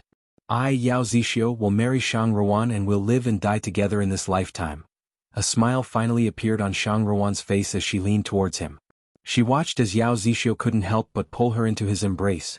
A magic tool suddenly appeared and ruthlessly pierced Yao Zixio's heart. Ah, it was Shang Ruan's miserable scream. That short sword-shaped magic tool appeared in Yao Zixio's heart. Yao Zixio held the hilt of the short sword. He exerted some force and the sword was pulled out, creating a trail of blood. He swayed, but he still managed to stand firm. He stared at Shang Ruan, who fell on a 5 elements platform after he swung his arm. His anger soared and he shouted in pain, "You actually want to kill me?" Shang Ruan fell on the 5 elements platform. She couldn't move at all, but her gaze was smiling. "Big Brother Xiao will never leave you in this lifetime. That being the case, let's die together." With every word she said, she kept vomiting blood. By the time she finished speaking, she was already covered in blood. Mo Chinga couldn't bear to watch. She suddenly regretted telling Shang Ruan that death was the result of falling into her trap. Since Yao Zixio wasn't willing to come out of the illusion, he'd die in the end, so she, live and die together, live and die together. She never thought the love between lovers in the mortal world could be realized in the cultivation world, but now, little sister Wan. Yao Zixio was dumbfounded. He floated in the air in a daze. Blood kept flowing from his heart, but he didn't feel it at all. Core formation, core formation. He suddenly mumbled, "I formed my gold core, but little sister Wan." As if he suddenly realized what had happened, he rushed over, threw himself on Shang Ruan, pulled her up and shouted, "Little sister Wan! Little sister Wan!" Shang Ruan was still smiling, but she couldn't move anymore. Mo Chinga could see that she was almost certainly going to die. "Little sister Wan, you..." But Shang Ruan didn't say anything to him. She just quietly closed her eyes and her breath gradually disappeared. "Little sister Wan!" Yao Zixio shouted. Blood and tears gushed out of his eyes. They saw Yao Zixio gradually losing his color. It was as if he was petrified bit by bit. Slowly, he turned into a skeleton wearing a robe. As for the skeleton, it was still tightly hugging Shang Ruan's corpse.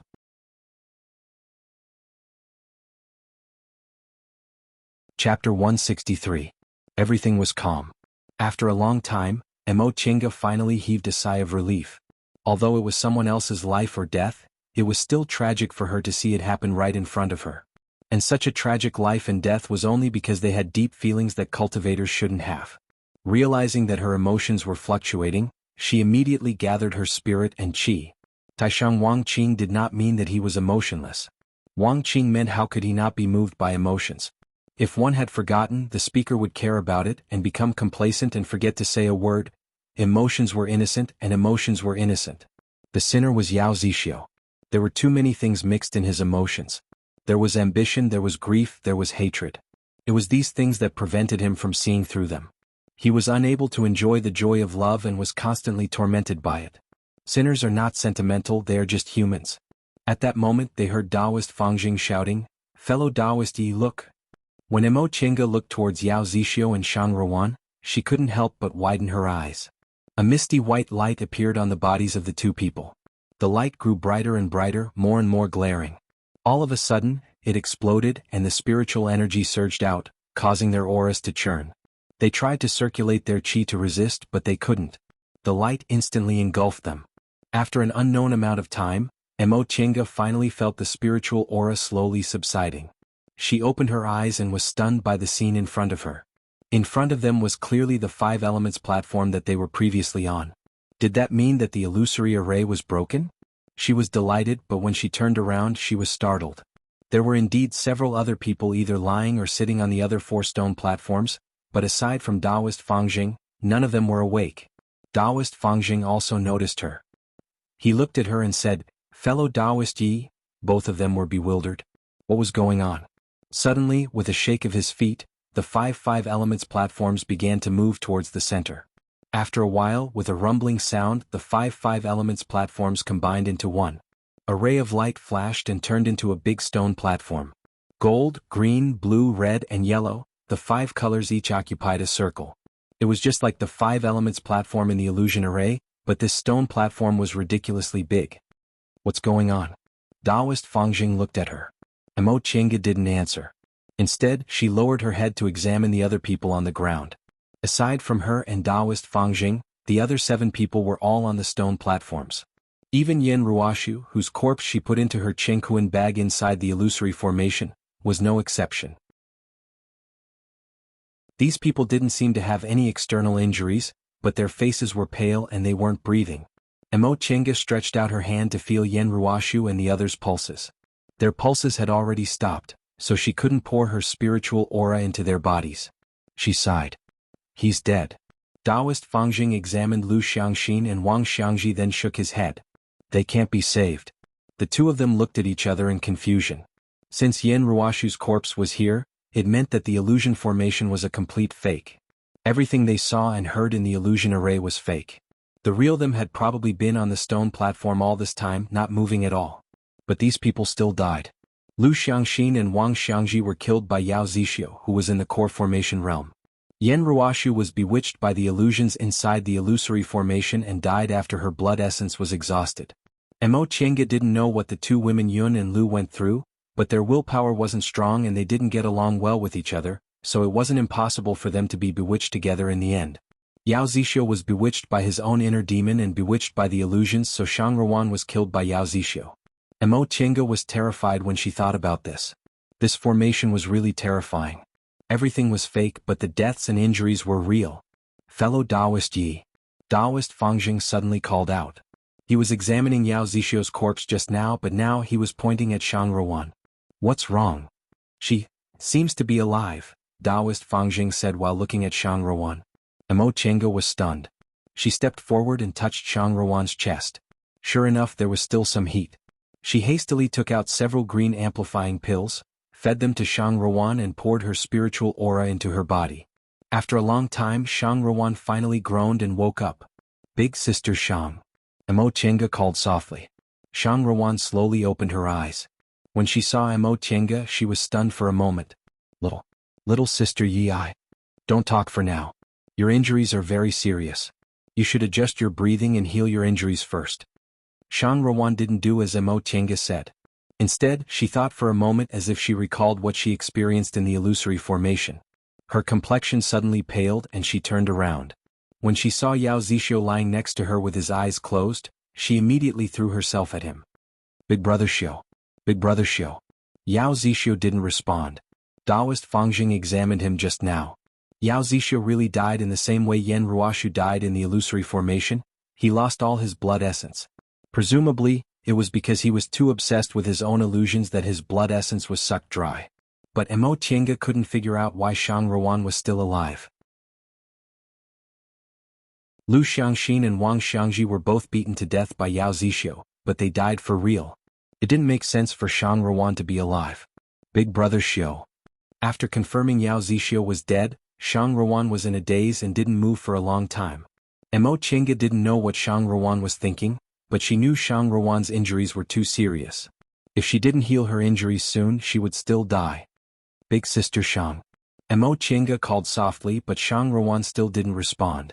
Upon seeing Shang Ruan's current state, Mo Tiange heaved a sigh. She gently raised her hand and shot a spiritual aura at Shang Ruan. Shang Ruan instantly fainted. Taoist Fangjing was astonished. Mo Tiange only helped Shang Ruan lie down on the side, then looked up and said, "Fellow Taoist Fangjing, there's only the two of us now.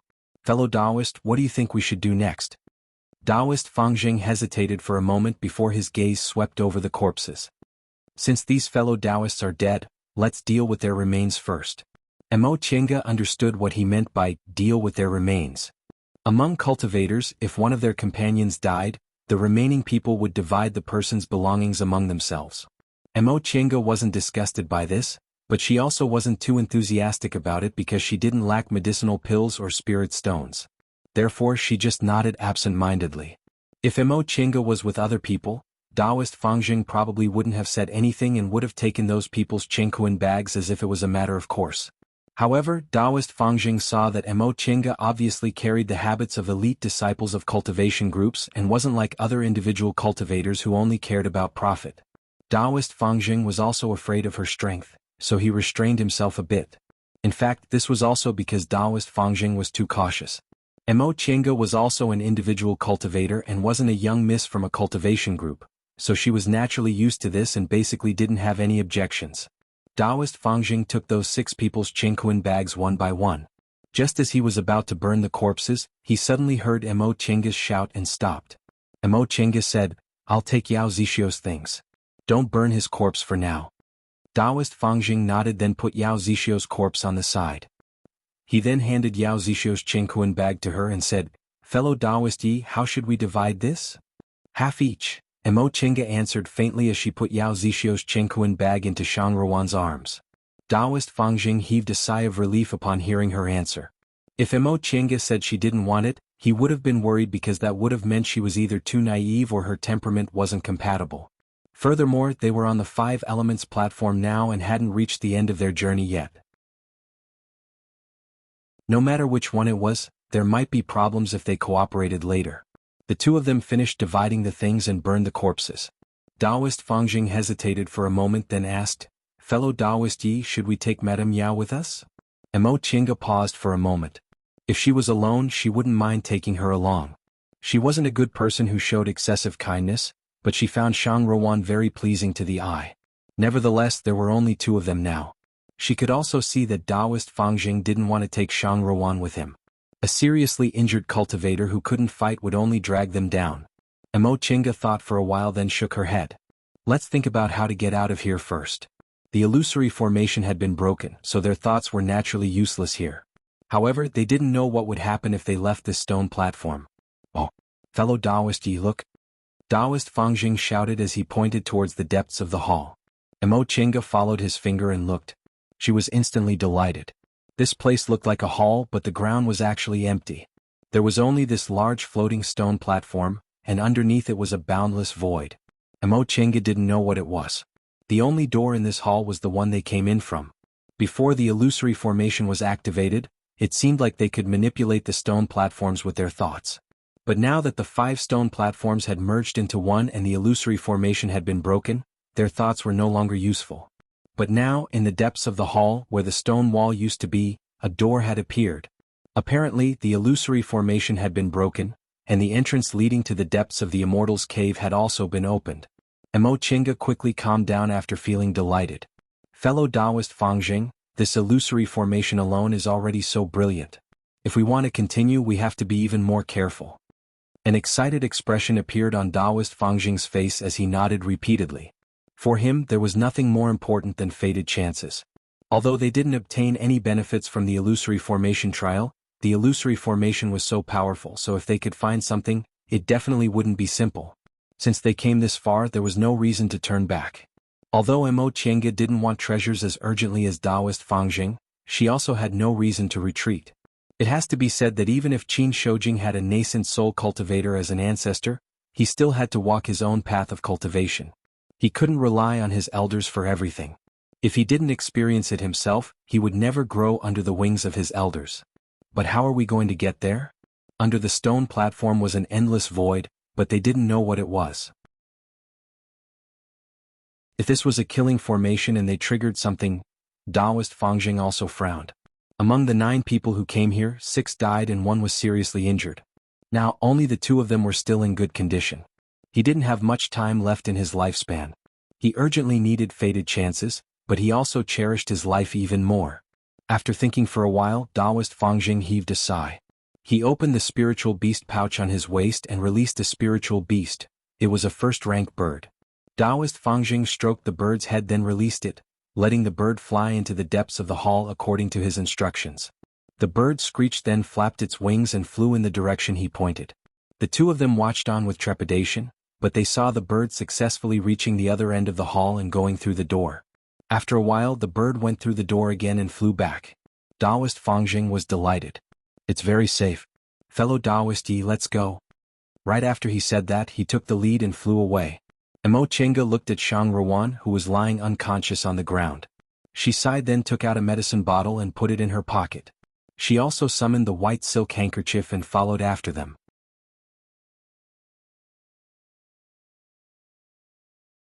Chapter 164. Mo Chinga stepped onto the white silk handkerchief and entered the door inside the main hall. She looked around and saw that it was still a narrow stone passage just like when they came in. However, the walls here were inlaid with moonstones, so they didn't need to light a fire like when they came in. Moonstones rarely lasted for several thousand years. An immortal's cave from several thousand years ago should be as dark as the passage they first came in, so how could there still be moonstones here? Taoist Fangjing also thought so. The 2 of them stood in front of the wall and pried off a moonstone each. This. After studying it for a while, Taoist Fangjing said, "Seems to be mother moonstones." Mo Chinga was confused. Taoist Fangjing looked carefully for a while, then nodded. Yes, there's a moonstone mine here. These are all mother moonstones, so they can last for so long. In terms of experience, Taoist Fangjing had mingled in both the cultivation world and the secular world for several hundred years, so he naturally had a lot of experience. Upon hearing what he said, Mo Chinga nodded, then threw the mother of moonstone into her Qingquan bag, then continued to walk forward. Although moonstone mines were rare, they had no other use in the cultivation world except for illumination, so they weren't precious. The 2 of them cautiously walked on the stone slabs. Ever since they entered Kunwu, they'd encountered countless dangerous situations, so Mo Chinga had always been cautious. In her opinion, Taoist Fangjing's behavior was very similar to second uncle's. Her way of doing things was developed when she was with second uncle, so she and Taoist Fangjing were very compatible. This time, Taoist Fangjing let the first-rank bird explore the way in front of them. The 2 of them walked without any mishaps. There were several traps in the passage, but the spiritual aura had dissipated due to the passage's long history. With the bird leading the way, they managed to avoid them one by one. However, they found several corpses on the ground. These corpses were intertwined with each other and had all turned into skeletons. Their clothes had long been rotten, leaving only a few damaged magic tools and intact Qingquan bags. Among the corpses there were some treasures, materials, or magic weapons. Taoist Fangjing immediately looked happy and crouched down to pick them up. Mo Chinga shouted, "Fellow Taoist Fangjing, wait." Taoist Fangjing looked up at her with vigilance in his eyes. At his age, he'd gone through many adventures and seen his companions fighting over things. Now that he heard Mo Chinga shouting at him to stop, he immediately became vigilant. Based on his expression, how could Mo Chinga not guess what he meant? Nevertheless, she only said faintly, "There are so many skeletons here and they weren't a group of people. However, all of them died here, so maybe there's some mystery behind it." Upon hearing what she said, Taoist Fangjing finally relaxed and once again looked carefully. Sure enough, there were more than 20 corpses on this passage, which was only about 100 feet long. They were almost densely packed together, and there was no place for them to step on. Looking at their postures, they were all twisted together in groups of 2 or 3, as if they were going to perish together. Taoist Fangjing was so terrified that he broke out in a cold sweat. Judging from their postures, these people had fought each other to death. Moreover, their corpses were of different degrees of age. The bones of the newer corpses were snow white while the bones of the older corpses were black. A cultivator's body didn't have any impurities, so it wouldn't rot. However, it would turn into spiritual aura and disperse, but the bones left behind could be preserved for a long time. Based on the color of the bones, one could tell how long they'd been dead. The skeletons in front of them were of different bone types. Among them, the blackest ones had almost turned into a pile of black ash, which meant they'd been dead for at least several thousand years. However, there were also some snow-white ones among them, which meant they'd been dead for no more than 1,000 years. They all knew how powerful the illusory formation outside was. Out of 9 people, only the 2 of them made it here in one piece. Besides, the spiritual aura fluctuation outside the valley couldn't have existed all the time. Otherwise, they wouldn't have never heard of it. In other words, not many people came here in the past several thousand years. The magic weapons, magic tools, and rare materials scattered all over the ground also proved that no one left safely. That being the case, how could the treasures in front of them be taken at will? Taoist Fangjing couldn't help but feel a bit ashamed when he realized this. In the beginning, he didn't take Emo Chenga seriously. He only thought she was a disciple who just left the cultivation group. Although her cultivation level was high, her ability was probably very ordinary, just like Gigu School's Lu and Wang. However, he never thought she'd wake him up with a single sentence in the illusory formation. Now that she was here, she was much calmer than him. After experiencing these 2 things, he no longer dared to look down on Emo Chenga. "Fellow Taoist Yi, in your opinion, there's something wrong with this path," Emo Chenga said slowly. "It seems to be able to confuse people's minds." Even inside the illusory formation, her spirit-concealing pendant didn't feel anything strange because the illusory formation didn't erode people's minds. Instead, it tested people's temperament and willpower. However, as soon as she approached this path, her spirit-concealing pendant instantly turned ice-cold as if it was warning her. The cultivators who could reach this place must have passed the illusory formation on the 5 elements platforms, so their temperaments should be extremely stable. Aside from willpower problems, what other reason could make them lose their rationality and commit suicide together? These people understood the principle of being alive to enjoy natural treasures. How did fellow Taoist Yi know? Emo Chenga said faintly, "I have a magic tool that can sense things that confuse people." After giving a simple explanation, she didn't say anything else. She had a unique treasure on her, so she didn't need to explain it too clearly. Taoist Fangjing was also a smart person, so he didn't ask any more questions. The 2 of them carefully searched for any strange objects in their surroundings. This stone path wasn't different from the previous one. It was a simple stone path carved out of the mountain. The only difference was that the ground was a bit flat, and the mountain wall was inlaid with moonstones. Oh! As soon as she approached the stone wall, the spirit-concealing pendant's ice-cold feeling became even stronger. Could it be that there was something wrong with the stone wall?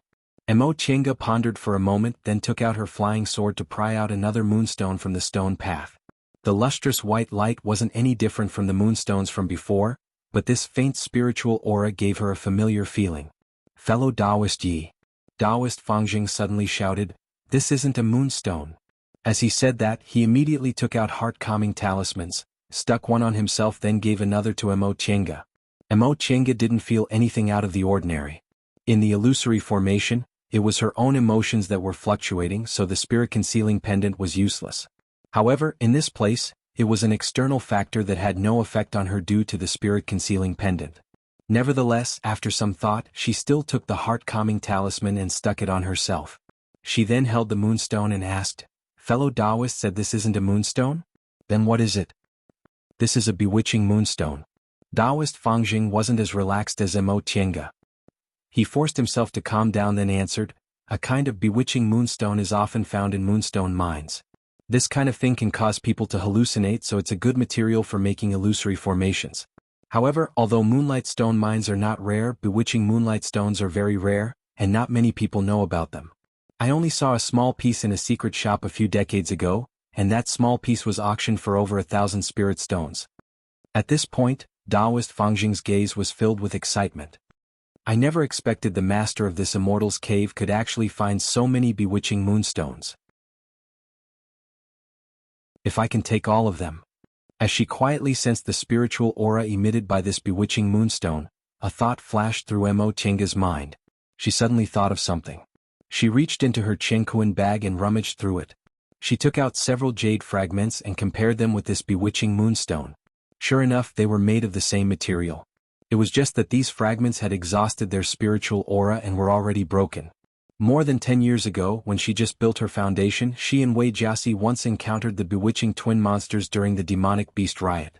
The bewitching twin monster was born with wisdom. It designed an illusory formation that almost made the two of them kill each other. In the end, she obtained this jade fragment. Now, it seemed this jade fragment was indeed a bewitching moonstone. Upon realizing this, Mo Chinga couldn't help but feel apprehensive as she looked at the wall full of bewitching moonstones. Back then, a formation laid with only a piece of stone was able to trap her and Wei Jiasi, two foundation-building cultivators. There were so many bewitching moonstones here. If they were all used to lay a formation, wouldn't its power be so great that even nascent soul cultivators would find it difficult to escape? Just like Taoist Fangjing, Mo Chinga's eyes also lit up. The two of them didn't say anything. Each of them picked up their flying swords, then cautiously pried the bewitching moonstones on the wall. However, if this thing could be broken so easily, so many cultivators wouldn't have died here. After approaching the bewitching moonstones for a long time, Mo Chinga realized she wasn't very clear-headed. Fortunately, she had the spirit-concealing pendant, so she immediately distanced herself from them. Just as she was about to warn Taoist Fangjing, she raised her head and saw a sword flash in front of her. Taoist Fangjing's eyes shone with an ominous glint as he thrust the small flying sword he used to pry the bewitching moonstones at her. Mo Chinga raised her hand, creating a spiritual aura wall to block Taoist Fangjing's thrust.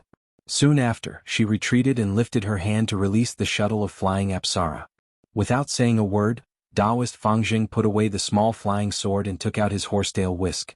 With a flick of his horsetail whisk, thousands upon thousands of needle-like strands of horsetail whisk shot towards her. Although the quality of this horsetail whisk magic tool wasn't as good as her shuttle of flying Apsara, Mo Chinga didn't dare to look down on it. Taoist Fangjing's spiritual aura was rich, so although his magic tool wasn't very good, its power was great. She immediately flung her sleeve and threw the white silk handkerchief, which turned into a wall and blocked his attack. Taking advantage of this gap, Mo Chinga shouted, "Fellow Taoist Fangjing, wake up!" Taoist Fangjing didn't react at all. He was still rushing towards her with his head covered. Mo Chinga had no choice but to use the shuttle of flying Apsara to tie him down while retreating. Although Taoist Fangjing wasn't weak, he couldn't be considered much compared to Xianqing School's elite disciples. It was just that Mo Chinga didn't want to hurt him.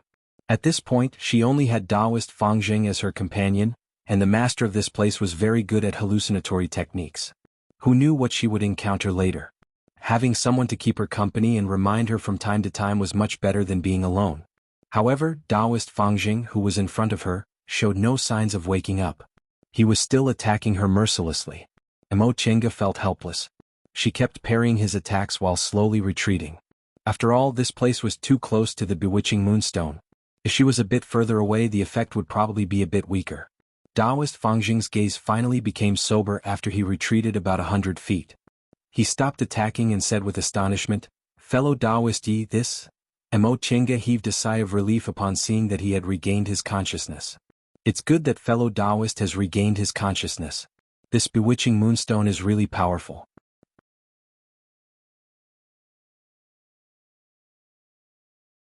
Chapter 165. Although Taoist Fangjing regained his consciousness, the problem still wasn't solved. They were at the entrance of this stone path, but Taoist Fangjing was still affected even with heart-calming talismans. If they went deeper, Mo Chinga wasn't sure she could pass. Thus they reached an impasse. The two of them discussed several methods, but they still couldn't find a solution.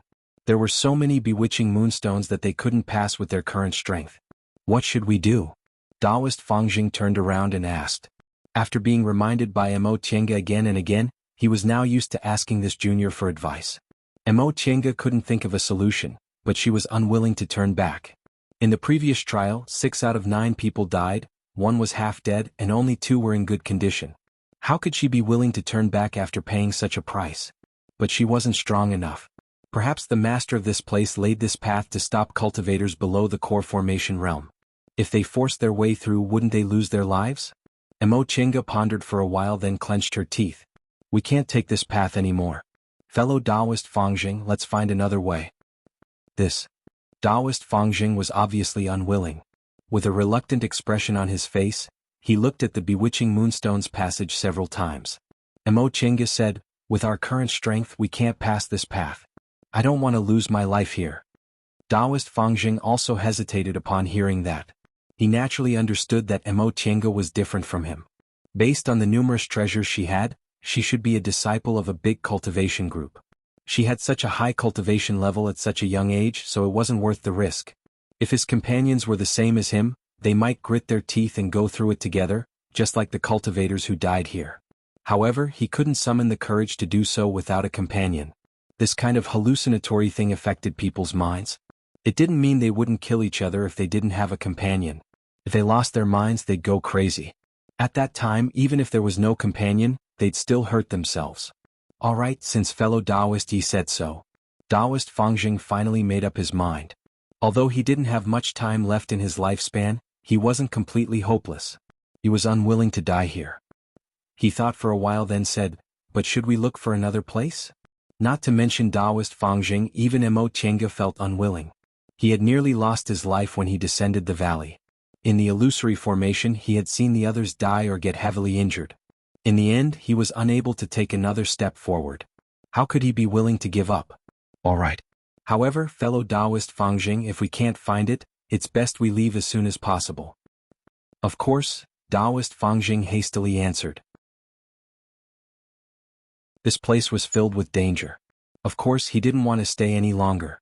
She watched as Taoist Fangjing knocked on the short passage and carefully examined it, but she just stood there and didn't move. She wondered what was wrong with the whole thing. First of all, although the spiritual qi coming from the valley was pure, it wasn't vast. If a cultivator above the core formation stage were to pass by, they wouldn't care at all. As for when they went down the valley with their cultivation levels, they could only barely pass through, which was why aura refining cultivators were blocked outside the valley. However, if they were core formation cultivators, it would be very easy for them. Then there was the illusory formation. If a core formation cultivator went through the trial of the inner demon, even if they couldn't break the illusory formation, they would still be scared but not in danger. They definitely wouldn't end up with such a tragic outcome like the 6 dead and 1 injured core formation cultivator. Based on these previous characteristics, they came to a conclusion. Although they didn't know who left this valley behind, it was targeted at foundation building cultivators. However, foundation building cultivators simply didn't dare to step on this path. No matter how they thought about it, it didn't seem right. In that case, either this path was fake and there was another path leading to the next step, or the owner of this place was too vile and deliberately set up this trap. Once she thought up to this point, Mo Chenga once again wondered what kind of existence this valley was in the end. Judging from the valley's illusory formation and the layout of this bewitching moonstone passage, the owner of this place obviously had a powerful cultivation level. She guessed he must have been in the nascent soul realm or above. An immortal's cave left behind by a nascent soul cultivator should have been of interest to other nascent soul cultivators. In that case, it seemed like the owner deliberately wanted to attract foundation building cultivators. Once she thought up to this point, Mo Chenga was terrified. Soon after, she recalled that this immortal's cave had obviously been empty for a long time, so there shouldn't be any sinister purpose. But how could she explain the owner's actions? What about the cultivators who died under the bewitching moonstone? Deliberately attracting foundation-building cultivators and letting them die here. What benefit did the owner of this immortal's cave get? Or was it really just a vile interest? A vile interest that could cost human lives? Wasn't it too cruel? Fellow Taoist Yi. Taoist Fangjing suddenly called out in surprise. Mo Chenga turned around and saw Taoist Fangjing pointing at a stone wall. Look, there's a door here. Mo Chenga walked closer to take a closer look. Sure enough, there was a fine crack on the stone wall that looked like a door. Let me try. As Taoist Fangjing said that, he retreated a little then swung his horsetail whisk. The whisk's wisps surged with spiritual aura as he struck the door with all his might. A loud noise came from the stone door, but it was easily pushed open. Emo Chenga was stunned. This seemed a bit too easy. The two of them cautiously looked inside. It seemed to be a stone room. It was smaller than the main hall, but it was a bit bigger than ordinary stone rooms in immortals' caves. It looked like a small hall. It was empty inside, with only a few stone sculptures and a few large round stones hanging from the ceiling, illuminating the entire room. Sunstone. Taoist Fangjing cried out in surprise. Sunstone? Emo Chenga was puzzled. Correct. Taoist Fangjing smiled. Fellow Taoist Yi, with these sunstones, even if we return now, this trip won't be in vain. Taoist Fangjing explained, for us cultivators, moonstones are only used for illumination, just like the lamps in the mortal world. However, these sunstones can produce the effect of sunlight, and they can even be used to produce sun-real fire. The effect of sunlight, sun-real fire. Emo Chenga only took a moment to understand how precious this thing was. There was no need to mention sun-real fire. It was one of the 3 best real fires for concocting medicinal pills and refining tools. In the cultivation world, the furnace fire used for concocting medicinal pills and refining tools was also very particular. Cultivators could use Dantian real fire to concoct medicinal pills and refine tools, but using Dantian real fire required too much spiritual aura. Even nascent soul cultivators would be exhausted if they used Dantian real fire for a long time. Therefore, all cultivators with the right conditions used external fires.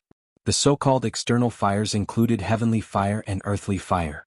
Heavenly fire was the fire of the sun, but using the fire of the sun involved quite complicated formations and tools. As for earthly fire, Danding School's original Mount Tianhua was a typical example of earthly fire.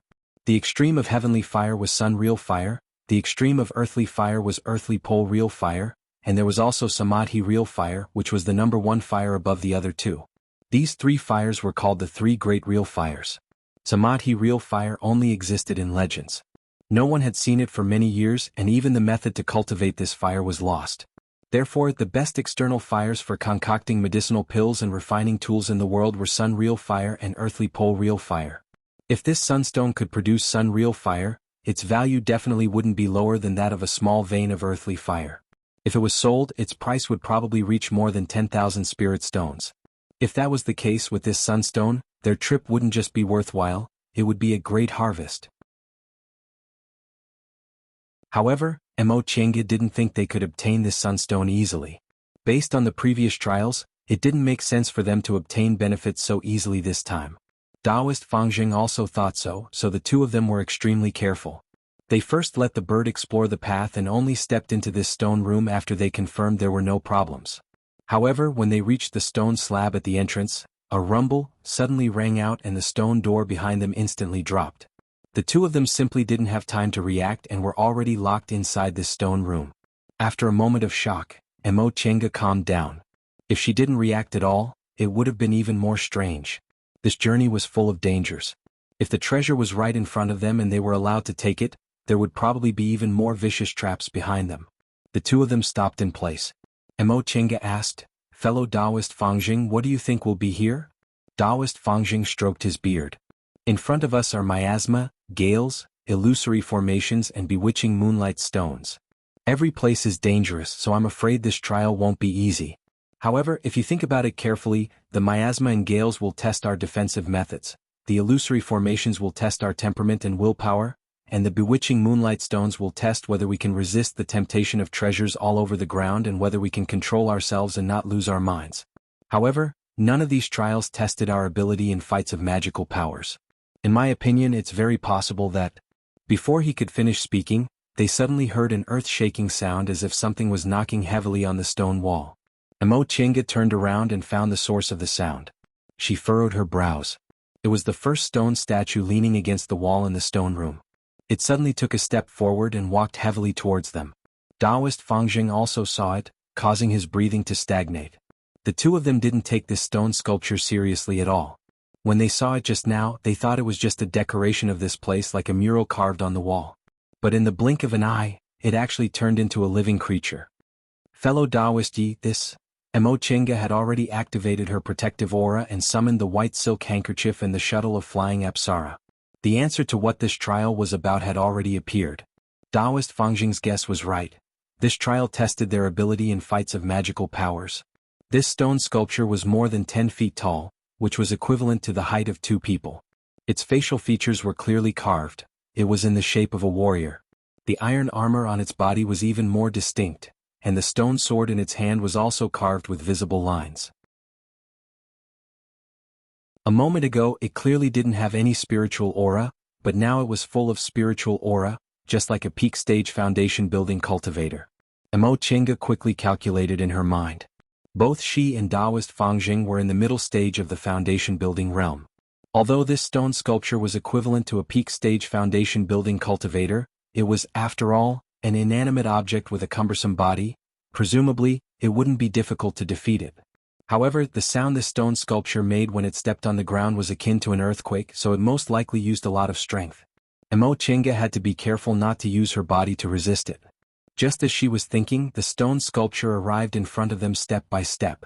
It lifted its arm and swung its stone sword down heavily.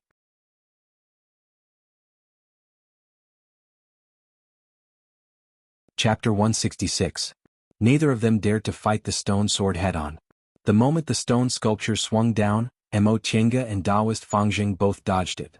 With a loud rumble, the flagstones on the ground caved in and shattered. Both Emo Chinga and Taoist Fangjing's expressions changed. They knew a nascent soul cultivator's immortal's cave must have been reinforced with materials, but the sword the stone sculpture swung down didn't seem to use much strength, yet it easily pierced through the flagstones. They asked themselves if they could do it. Without much time to think, the stone sculpture swung its sword again. The power of this sword strike was also very fierce. However, just as they guessed, this stone sculpture's strength was great and its body was cumbersome, but its speed was also very slow. And speed was precisely what she was good at. Stepping on the white silk handkerchief, Emo Chinga dashed away without being touched by the stone sculpture in the slightest. Taoist Fangjing also judged the situation in a flash. After he dodged the stone sculpture's second attack, he swung the horsetail whisk in his hand. The whisk turned into thousands of long threads that pierced the stone sculpture. In Emo Chinga's opinion, Taoist Fangjing's horsetail whisk wasn't a high-grade magic tool, but she didn't know how Taoist Fangjing refined it, but it was extremely powerful. This technique of transforming whisks into threads was similar to the flying needles she often used to launch sneak attacks. Moreover, while the flying needles were tangible, the whisks were intangible, and the only thing that increased was the spiritual aura. The thousands of whisks suddenly flew at an extremely fast speed. The stone sculpture couldn't dodge them, or rather, it didn't dodge them at all. Its entire body was enveloped by the whisks. The spiritual aura surged and countless dust rose. Both Emo Chinga and Taoist Fangjing were stunned. Soon after, they both retreated, held their breaths and waved their sleeves. This immortal's cave had been closed for countless years, so the stone sculpture was already covered in dust. Taoist Fangjing's attack sent all the dust flying. The two of them didn't know whether to laugh or cry. They made such a blunder as soon as they attacked. However, the stone sculpture wasn't damaged at all. The two of them couldn't help but look serious. Fellow Taoist Yi. Taoist Fangjing's expression darkened. This thing's defense is amazing, it can't be damaged. Emo Chinga didn't know, but he clearly knew that he had painstakingly practiced this shape-shifting technique for more than 100 years. If he used it on a late-stage foundation building cultivator, his defensive barrier would be broken, but this stone sculpture wasn't affected at all. Once Taoist Fangjing spoke, the stone sculpture paused for a moment as if it was listening to him. In the next second, it adjusted its direction, then suddenly swung its sword at Taoist Fangjing. The power of this sword strike was indeed terrifying. Taoist Fangjing managed to dodge it in time, but he was still injured by the sword aura, causing him to let out a muffled groan. Emo Chinga acted just in time. The shuttle of flying Apsara transformed into several golden rays that flew towards the stone statue. After several poochie-poochie sounds, Emo Chinga's expression darkened. The flying Apsara shuttle's golden light didn't even leave a mark on the stone statue. Ever since she obtained the shuttle of flying Apsara, Emo Chinga had always relied on this magic tool. Later on, she heard from Lord Taoist Jinghe that its main material was 1,000-year-old gold essence, which was mixed with heavenly transformation stone, making it comparable to a magic weapon. It was a magic tool he specially made for Qin Shoujing when he built his foundation. 1,000-year-old gold essence was usually used on flying swords to increase their sharpness, so although the shuttle of flying Apsara didn't have any sharp edges, it was still very sharp.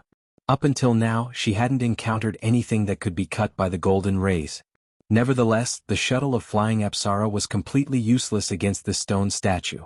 Emo Chinga's expression darkened. For a moment she didn't know what to do. However, she suddenly heard Taoist Fangjing, who was struggling under the stone statue's attack, shouting, "Use spells! Use spells to attack!" Emo Chinga was startled, but she immediately reacted. She withdrew the shuttle of flying Apsara, then made a hand seal to cast the cold wind spell.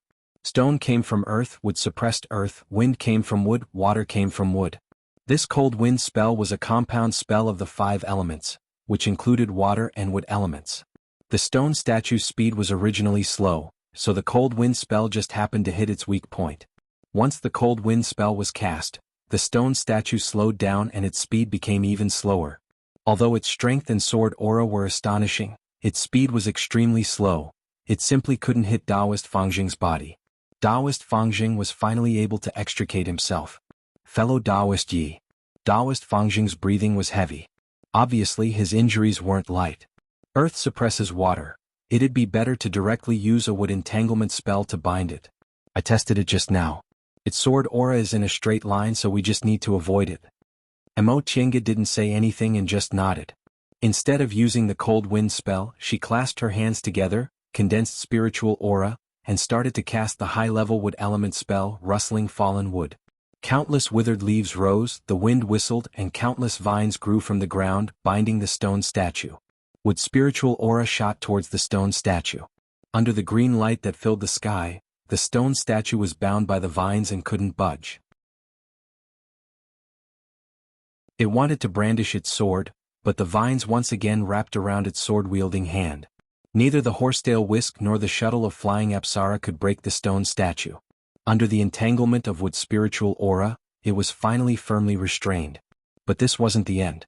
Although this stone statue was restrained by wood's spiritual aura, Emo Chinga's cultivation level wasn't high enough, so she couldn't directly knock it down and could only bind it. Moreover, this stone statue's strength was astonishing, so it would take a lot of effort to bind it. Fellow Taoist Fangjing. Emo Chinga couldn't help but furrow her brows when she sensed the spiritual aura in her body was draining like crazy. I'm consuming too much spiritual aura. I can't hold on for too long. Taoist Fangjing also clasped his hands together and started to cast a wood element spell. With Taoist Fangjing's support, Emo Chinga finally heaved a sigh of relief. She had never encountered an opponent who directly relied on formidable strength like this. Even though it was a stone statue without any intelligence, it was still very difficult to deal with. She recalled the time she encountered a 5th-ranked double-headed eagle during the demonic beast riot. Her cultivation level was a bit lower than it was now, but she didn't feel this helpless. She couldn't blame the ancients for saying one strong man can defeat 10 skilled men. The hardest technique to crack was having no technique at all. Amidst the sky-filling green light, the stone statue once again turned around to listen, seemingly looking for the source of the spiritual aura. Emo Chinga's heart stirred. She raised her hand and threw the shuttle of flying Apsara again. This time, it turned into a long golden thread and shot towards the stone statue's ears. This time, the golden thread drilled into the stone statue's ears without any obstruction. With a soft rip, the stone statue's body became heavy and it stopped moving. Emo Chinga stopped casting the spell and focused on controlling the shuttle of flying Apsara. Clanging sounds rang out incessantly. A moment later, the momentum from the stone statue's body dissipated and it finally stopped moving. However, in an instant, it released a strange spiritual aura. Taoist Fangjing finally caught his breath. He asked, "Fellow Taoist Yi, how did you know its weakness was its ears?"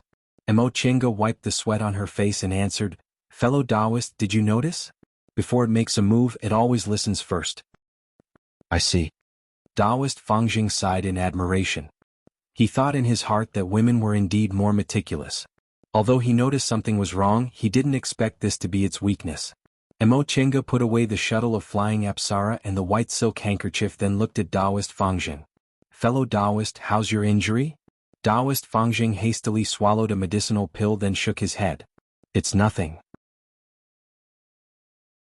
It's just a small injury." Emo Chinga didn't ask any more. She walked forward, then crouched down to examine the stone statue. When she was controlling the shuttle of flying Apsara, She sensed that the inside of the stone statue wasn't made of stone like the outside. However, no matter how she looked at it, it was a whole piece of stone without any cracks. After Taoist Fangjing took the medicinal pill, he also walked towards her and said, "That's strange. This stone is so hard, how can we open it?" Mo Chinga tilted her head and pondered for a moment, then she started to feel the stone statue's head. There weren't any connecting gaps, but there were traces of casting. In other words, this stone statue could actually be melted? She wondered what kind of real fire would be needed to melt such a hard stone. Could this be the art of engineering? She muttered to herself. The art of engineering had been lost in the cultivation world for a long time. She only heard that some people could make aura refining puppets to guard mansions and serve tea, but their fighting abilities were weak. This stone statue obviously didn't have any external spiritual aura supporting it, but its cultivation level was in the peak stage of the foundation building realm. If it was the art of engineering, wouldn't it have been lost a long time ago? Fellow Taoist, ye also knows about the art of engineering? Taoist Fangjing asked curiously. Mo Chinga raised her head. I read about it in a book. Could it be that Taoist Fangjing knows about this technique? Taoist Fangjing smiled bitterly. Of course not. The art of engineering has long been lost. I'm just an individual cultivator, how could I possibly learn it? It's just that I'm an old man who's lived for a long time, so I've heard a lot. I've also heard a bit about the art of engineering. Oh? Then what does fellow Taoist think about this stone statue? Is it the art of engineering? It's very similar. Taoist Fangjing nodded. Cultivators can also use spiritual aura to control puppets. That's not the art of engineering, but this thing can move freely without an owner, so it should be the art of engineering. Mo Chinga also thought the same. In that case, didn't the master of this place know the real art of engineering? After staring at the stone sculpture for a long time, Mo Chinga finally said, Fellow Taoist Fangjing, I want this thing. If there's anything else later, you can choose first. What do you think? This. Taoist Fangjing hesitated. He naturally also wanted this stone sculpture. If he brought it out, he could sell it to cultivation clans or cultivation groups. For people who wanted to study the art of engineering, a peak stage foundation building puppet should be worth at least several thousand spirit stones, right? However, when he saw how determined Mo Chinga was, he nodded without hesitation. Firstly, he didn't want to offend her. Secondly, she promised him some benefits, so he'd only lose some spirit stones. Alright, this thing isn't very useful to me. If fellow Taoist Yi wants it, I'll give it to you. Mo Chinga smiled, then put the stone sculpture into her Chinkuan bag. Thank you. I'll definitely keep my promise. If there are treasures later, fellow Taoist can take more. Taoist Fangjing smiled. Just as he was about to say something polite, his expression suddenly changed. He looked behind Mo Chinga and said, Fellow Taoist Yi, look. Upon hearing Taoist Fangjing's cry of alarm, Mo Chinga turned around and her expression also changed. All of a sudden, the other stone sculptures started to move. 1, 2, 3, 4, 5. 5 stone sculptures. The 2 of them were deathly pale. Even though they already knew the weaknesses of the stone sculptures, there were still too many of them. Mo Chinga didn't have much time to think. She flew up and stopped in midair. The shuttle of flying Apsara turned into a golden ray and went straight for the ears of one of the stone sculptures. That stone sculpture paused, then raised its sword. Its sword aura soared to the sky and blocked the golden ray. Mo Chinga clenched her teeth. Just now, she used the shuttle of flying Apsara while she was trapped by a wood element spell, so the stone sculptures couldn't react at all. But it was different now. No matter how slow these stone sculptures' reactions were, their sword aura was so powerful that they could block it with just a raise of their hands. What should I do? Her mind raced, but she couldn't think of a solution. You're tuning in to the Han Li's Wuxia Chronicles YouTube channel. We're so grateful for your support, and don't forget to subscribe to join us on this incredible journey through captivating stories. Your generosity through donations truly makes a world of difference, as it's the primary source of revenue that allows me to expand and enhance this channel for you. Thank you from the bottom of my heart for being a part of this adventure.